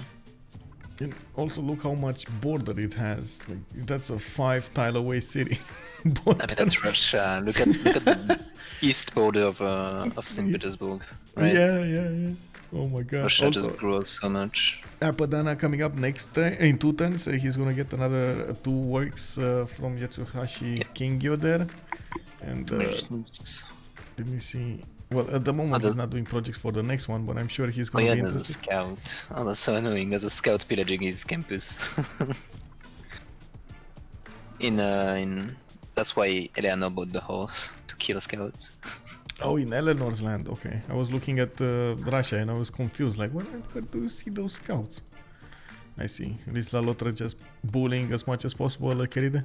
This, like, when you're so focused on your opponent, it is like on like something like naval fights or planes or tanks or so. It is so annoying when you have like 1 or 2 scouts in your land to pillage your tiles. Oh my god, it is so unnerving. In the game I said when I played Eleanor, right, on Tilted, don't you remember that the Dido like was built by a levy? Yeah. There was Yeah, like yeah, six units that disembarked, and he didn't notice them until they started pillaging. yeah. That's the worst. Yeah. Well, Guards one city goes are down. here. Yeah, guards are here. They get destroyed by Cossacks. Interesting. Yeah, no extra +5. I do have to point out another thing that should be taken out about England. England still has a lot of population, a lot of pressure on his opponent from the loyalty, and the problem with this would be England does also have that amazing ability to flip the cities directly back into its empire's hold. They go past through free cities state. So now we do need to see how fast Japan can take over the empire of Eleanor, because otherwise it's gonna be a big chaotic flipping fest over here, which is not something that you wanna see. It's been a while since I've seen somebody flip cities, like opponent cities, with Eleanor's ability. It's been so long since I've seen that. Tito's is asking us, can they go around that Eleanor continent? Yes, through the south. Way south, but that's a very long way. Yeah, and I don't think they need to. Like, I guess it's more important now that Eleanor gets taken down entirely, and they push through towards England. This is their whole economic zone. If they manage to take down Keride, they're gonna lose so much gold here. I guess Indonesia is still making a decent amount of gold. Wait, Talasta not upgrading tanks yet? Oh, combustion next turn, exploration next turn. Yeah. And he Planes got terracotta this turn. Very nice. Making the roads go straight into India. What are the generals like? Yeah, we're on modern. He got industrial. Russia has an industrial for his Cossacks, so he's fine. Yeah, now he's gonna start producing artilleries and projects for his general. Ah, Japan has his 10th city. And got, Newcastle upon Tyne. Very Japanese name. Well, we do need to see. Oh my God, these ironclad fleets, the 100 strength against the Cannibal 73, just wow. Okay. Yeah, tanks one tap everything on the way. Planes are done, but is one turning an airport? I think. What's the name of the district for planes in English? Aerodrome, I believe. Aerodrome. Okay, same in French. But is Internet, that's one. oh, it's here. Aerodrome. Can you buy them? I mean, how much gold? They can buy like 2 planes. I guess the biggest question is, do you want to buy 2 planes? I mean, how do you Langston tanks start killing the? Like, you need 5 tanks to keep Baros alive. You need 1, 2, 3, 4, 5, 6, 7 to You can plug the mountains, just 3 on them between the mountains, right? Oh, you mean to the north of Jambi? Sure, but they can get through the south or tunnel next to. Yeah, tunnels. We already have military engineers. Yep. I don't think this is defendable. I guess we're gonna see how fast Talasta can go through here, but now he's getting all of those tanks upgraded. We're gonna need to see Adrydry's reaction when he's gonna see the tanks. I'm pretty sure he is aware of what's going on. Yeah, he saw the defense. 91 defense doesn't leave much room for doubt. Yep.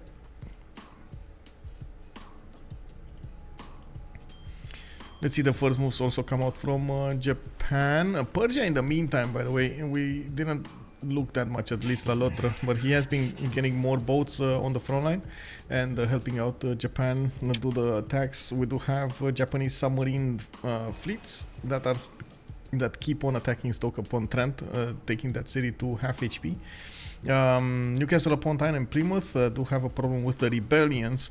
They're not that fast to flip. We're gonna need to see. It's probably gonna be stock upon trend dying next turn. That's gonna help stabilize, and then London shouldn't be that far off. Finally, England, Keride did get his own ironclads. They're not as strong as his opponent's ironclads, but because they're not fleets, but they're still stronger than the caravels. Tanks. Tanks, Wow. yeah, tanks are already there. They just take out like 3 units in one turn. The bombard killed the crossbow. Okay. Well, it What looks about like the Varus. junks? Yeah, junks do nothing. There's a biplane in production, photons. Well, There's Jung a Armada does something, not big, but something. there's a French squad trying to pillage south of Russia, but are spotted because of the huge borders. Janus is also giving us a tip here, and yes, indeed, he could have bought this mountain tile. Honestly, initially, I was thinking about the northern mountain tile that you can pass through. And yeah, I guess if you want to find a way, you can find a way. I'm pretty sure also these jongs are going to be taken down by the bombards and or the artilleries. I'm a bit surprised Talasta did not get some artilleries. I guess there is a oil situation on both teams. They don't have enough oil to spare everything. Talasta has 64 oils. He has his academies already done. Yeah, but I mean, I don't know how much he's upkeeping. He needing to oh, he has an oil tile here. Okay, he should be fine. He has 2 old tiles that he could improve, but are not. Let's see. I think he's fine. Yeah, oh, GG. Yeah, there we go. So Keride was dying. AlexCrazy couldn't keep his cities afterwards. We did have Indonesia being pushed, and it does seem like France, even if he tried to commit on the coast, couldn't keep up with Persia.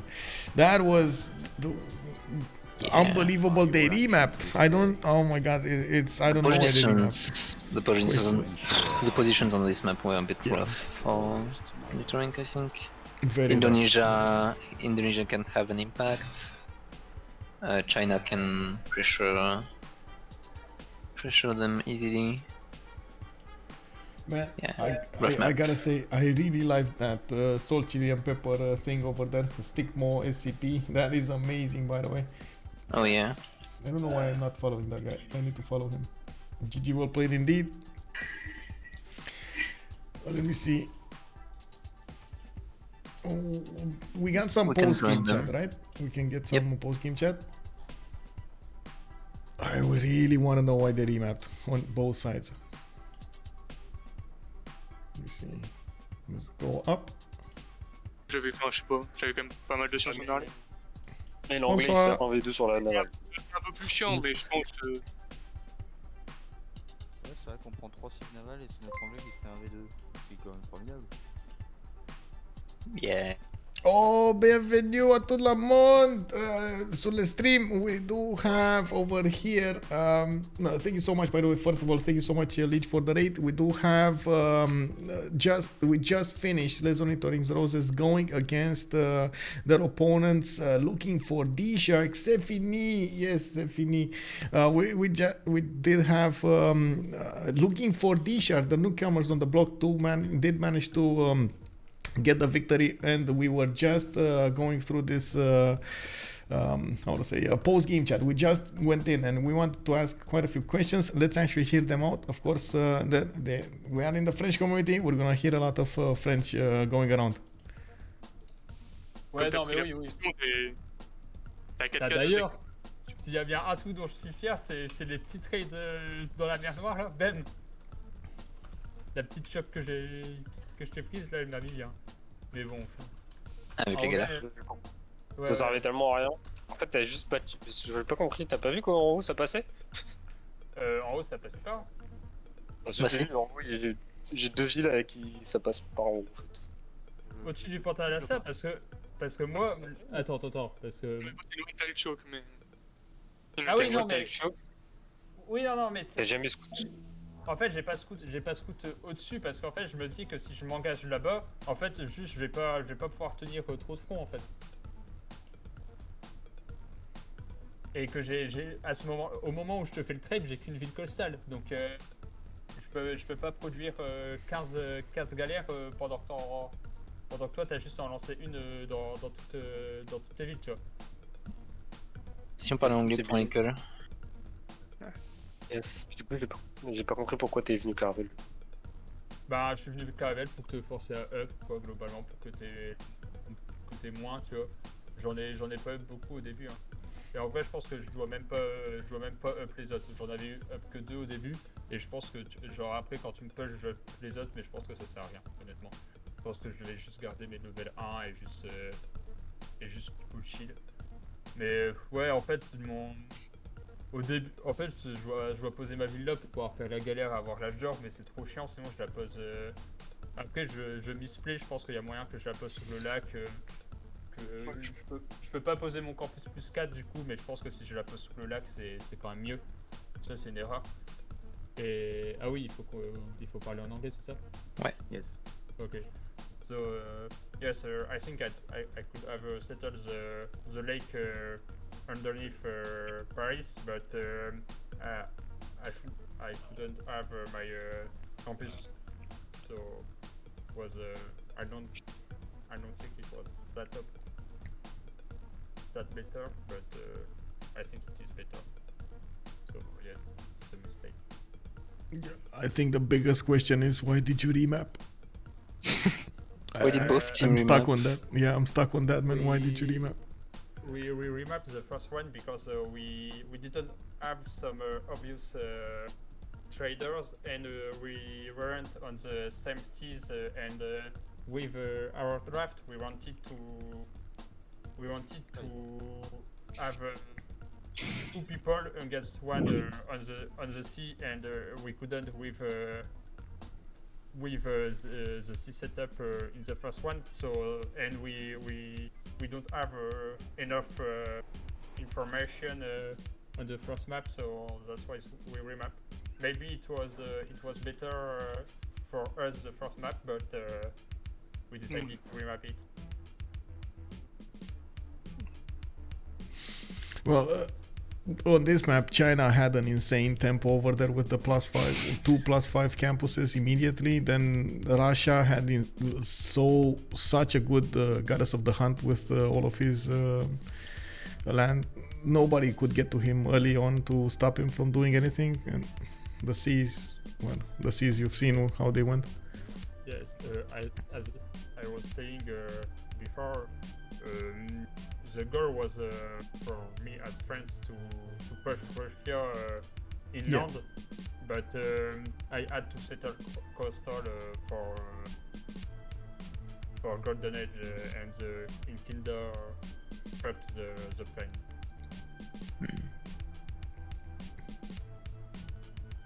Maybe you could have committed inland and just made catapults for Marseille? I don't know. I did commit inland. I nearly I didn't protect my coastal city. I just spam Corsair and Trebuchet on my city. Yeah, there was a spy in Nantes, so Russia knew. Yeah. I waited this. And with my little multi, I got a lot of science. 20 tiles at Emenenki and Yeah. and Anshan, just in case. Yeah. You have like 2 campus, I think. Yeah, I need to campus and I was top science. Nearly top science. So on the other side, why did the opponents? Why did you remap looking for DShark? Oh, de spawn shit. Super shit. I spawned and was garbage, and I haven't tiled with 2 food and Persia, so I was quite slow too. What? You had chips on the first map? It was on the first map. Yeah. Oh yeah, you had the one for the deers. Yeah. I have godlike icons, but I haven't population, so it was quite slow, and I was alone. So I mean, like Persia had a good spawn and Japan as well, but it was not enough. Yeah. Tout type de map.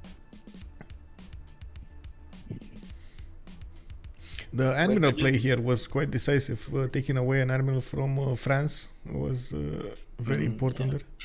Yes, try to chop it, but I couldn't have. I didn't Yeah, have enough production on Yeah. on my. you console. needed like 2 or 3 projects anyway. Yes, yes.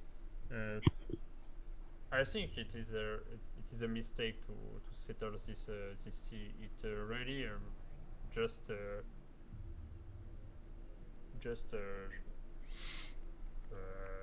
remove all the impact I can have on Yep. Russia. Yeah, because you were forced to go top 3. Yeah. Yes, yes. Because I had good stat in earlier. I think I could push Crucier turn 40 and just annihilate him otherwise. Just erase him, and if I erase Russia, then it is the game is way simpler for my mates.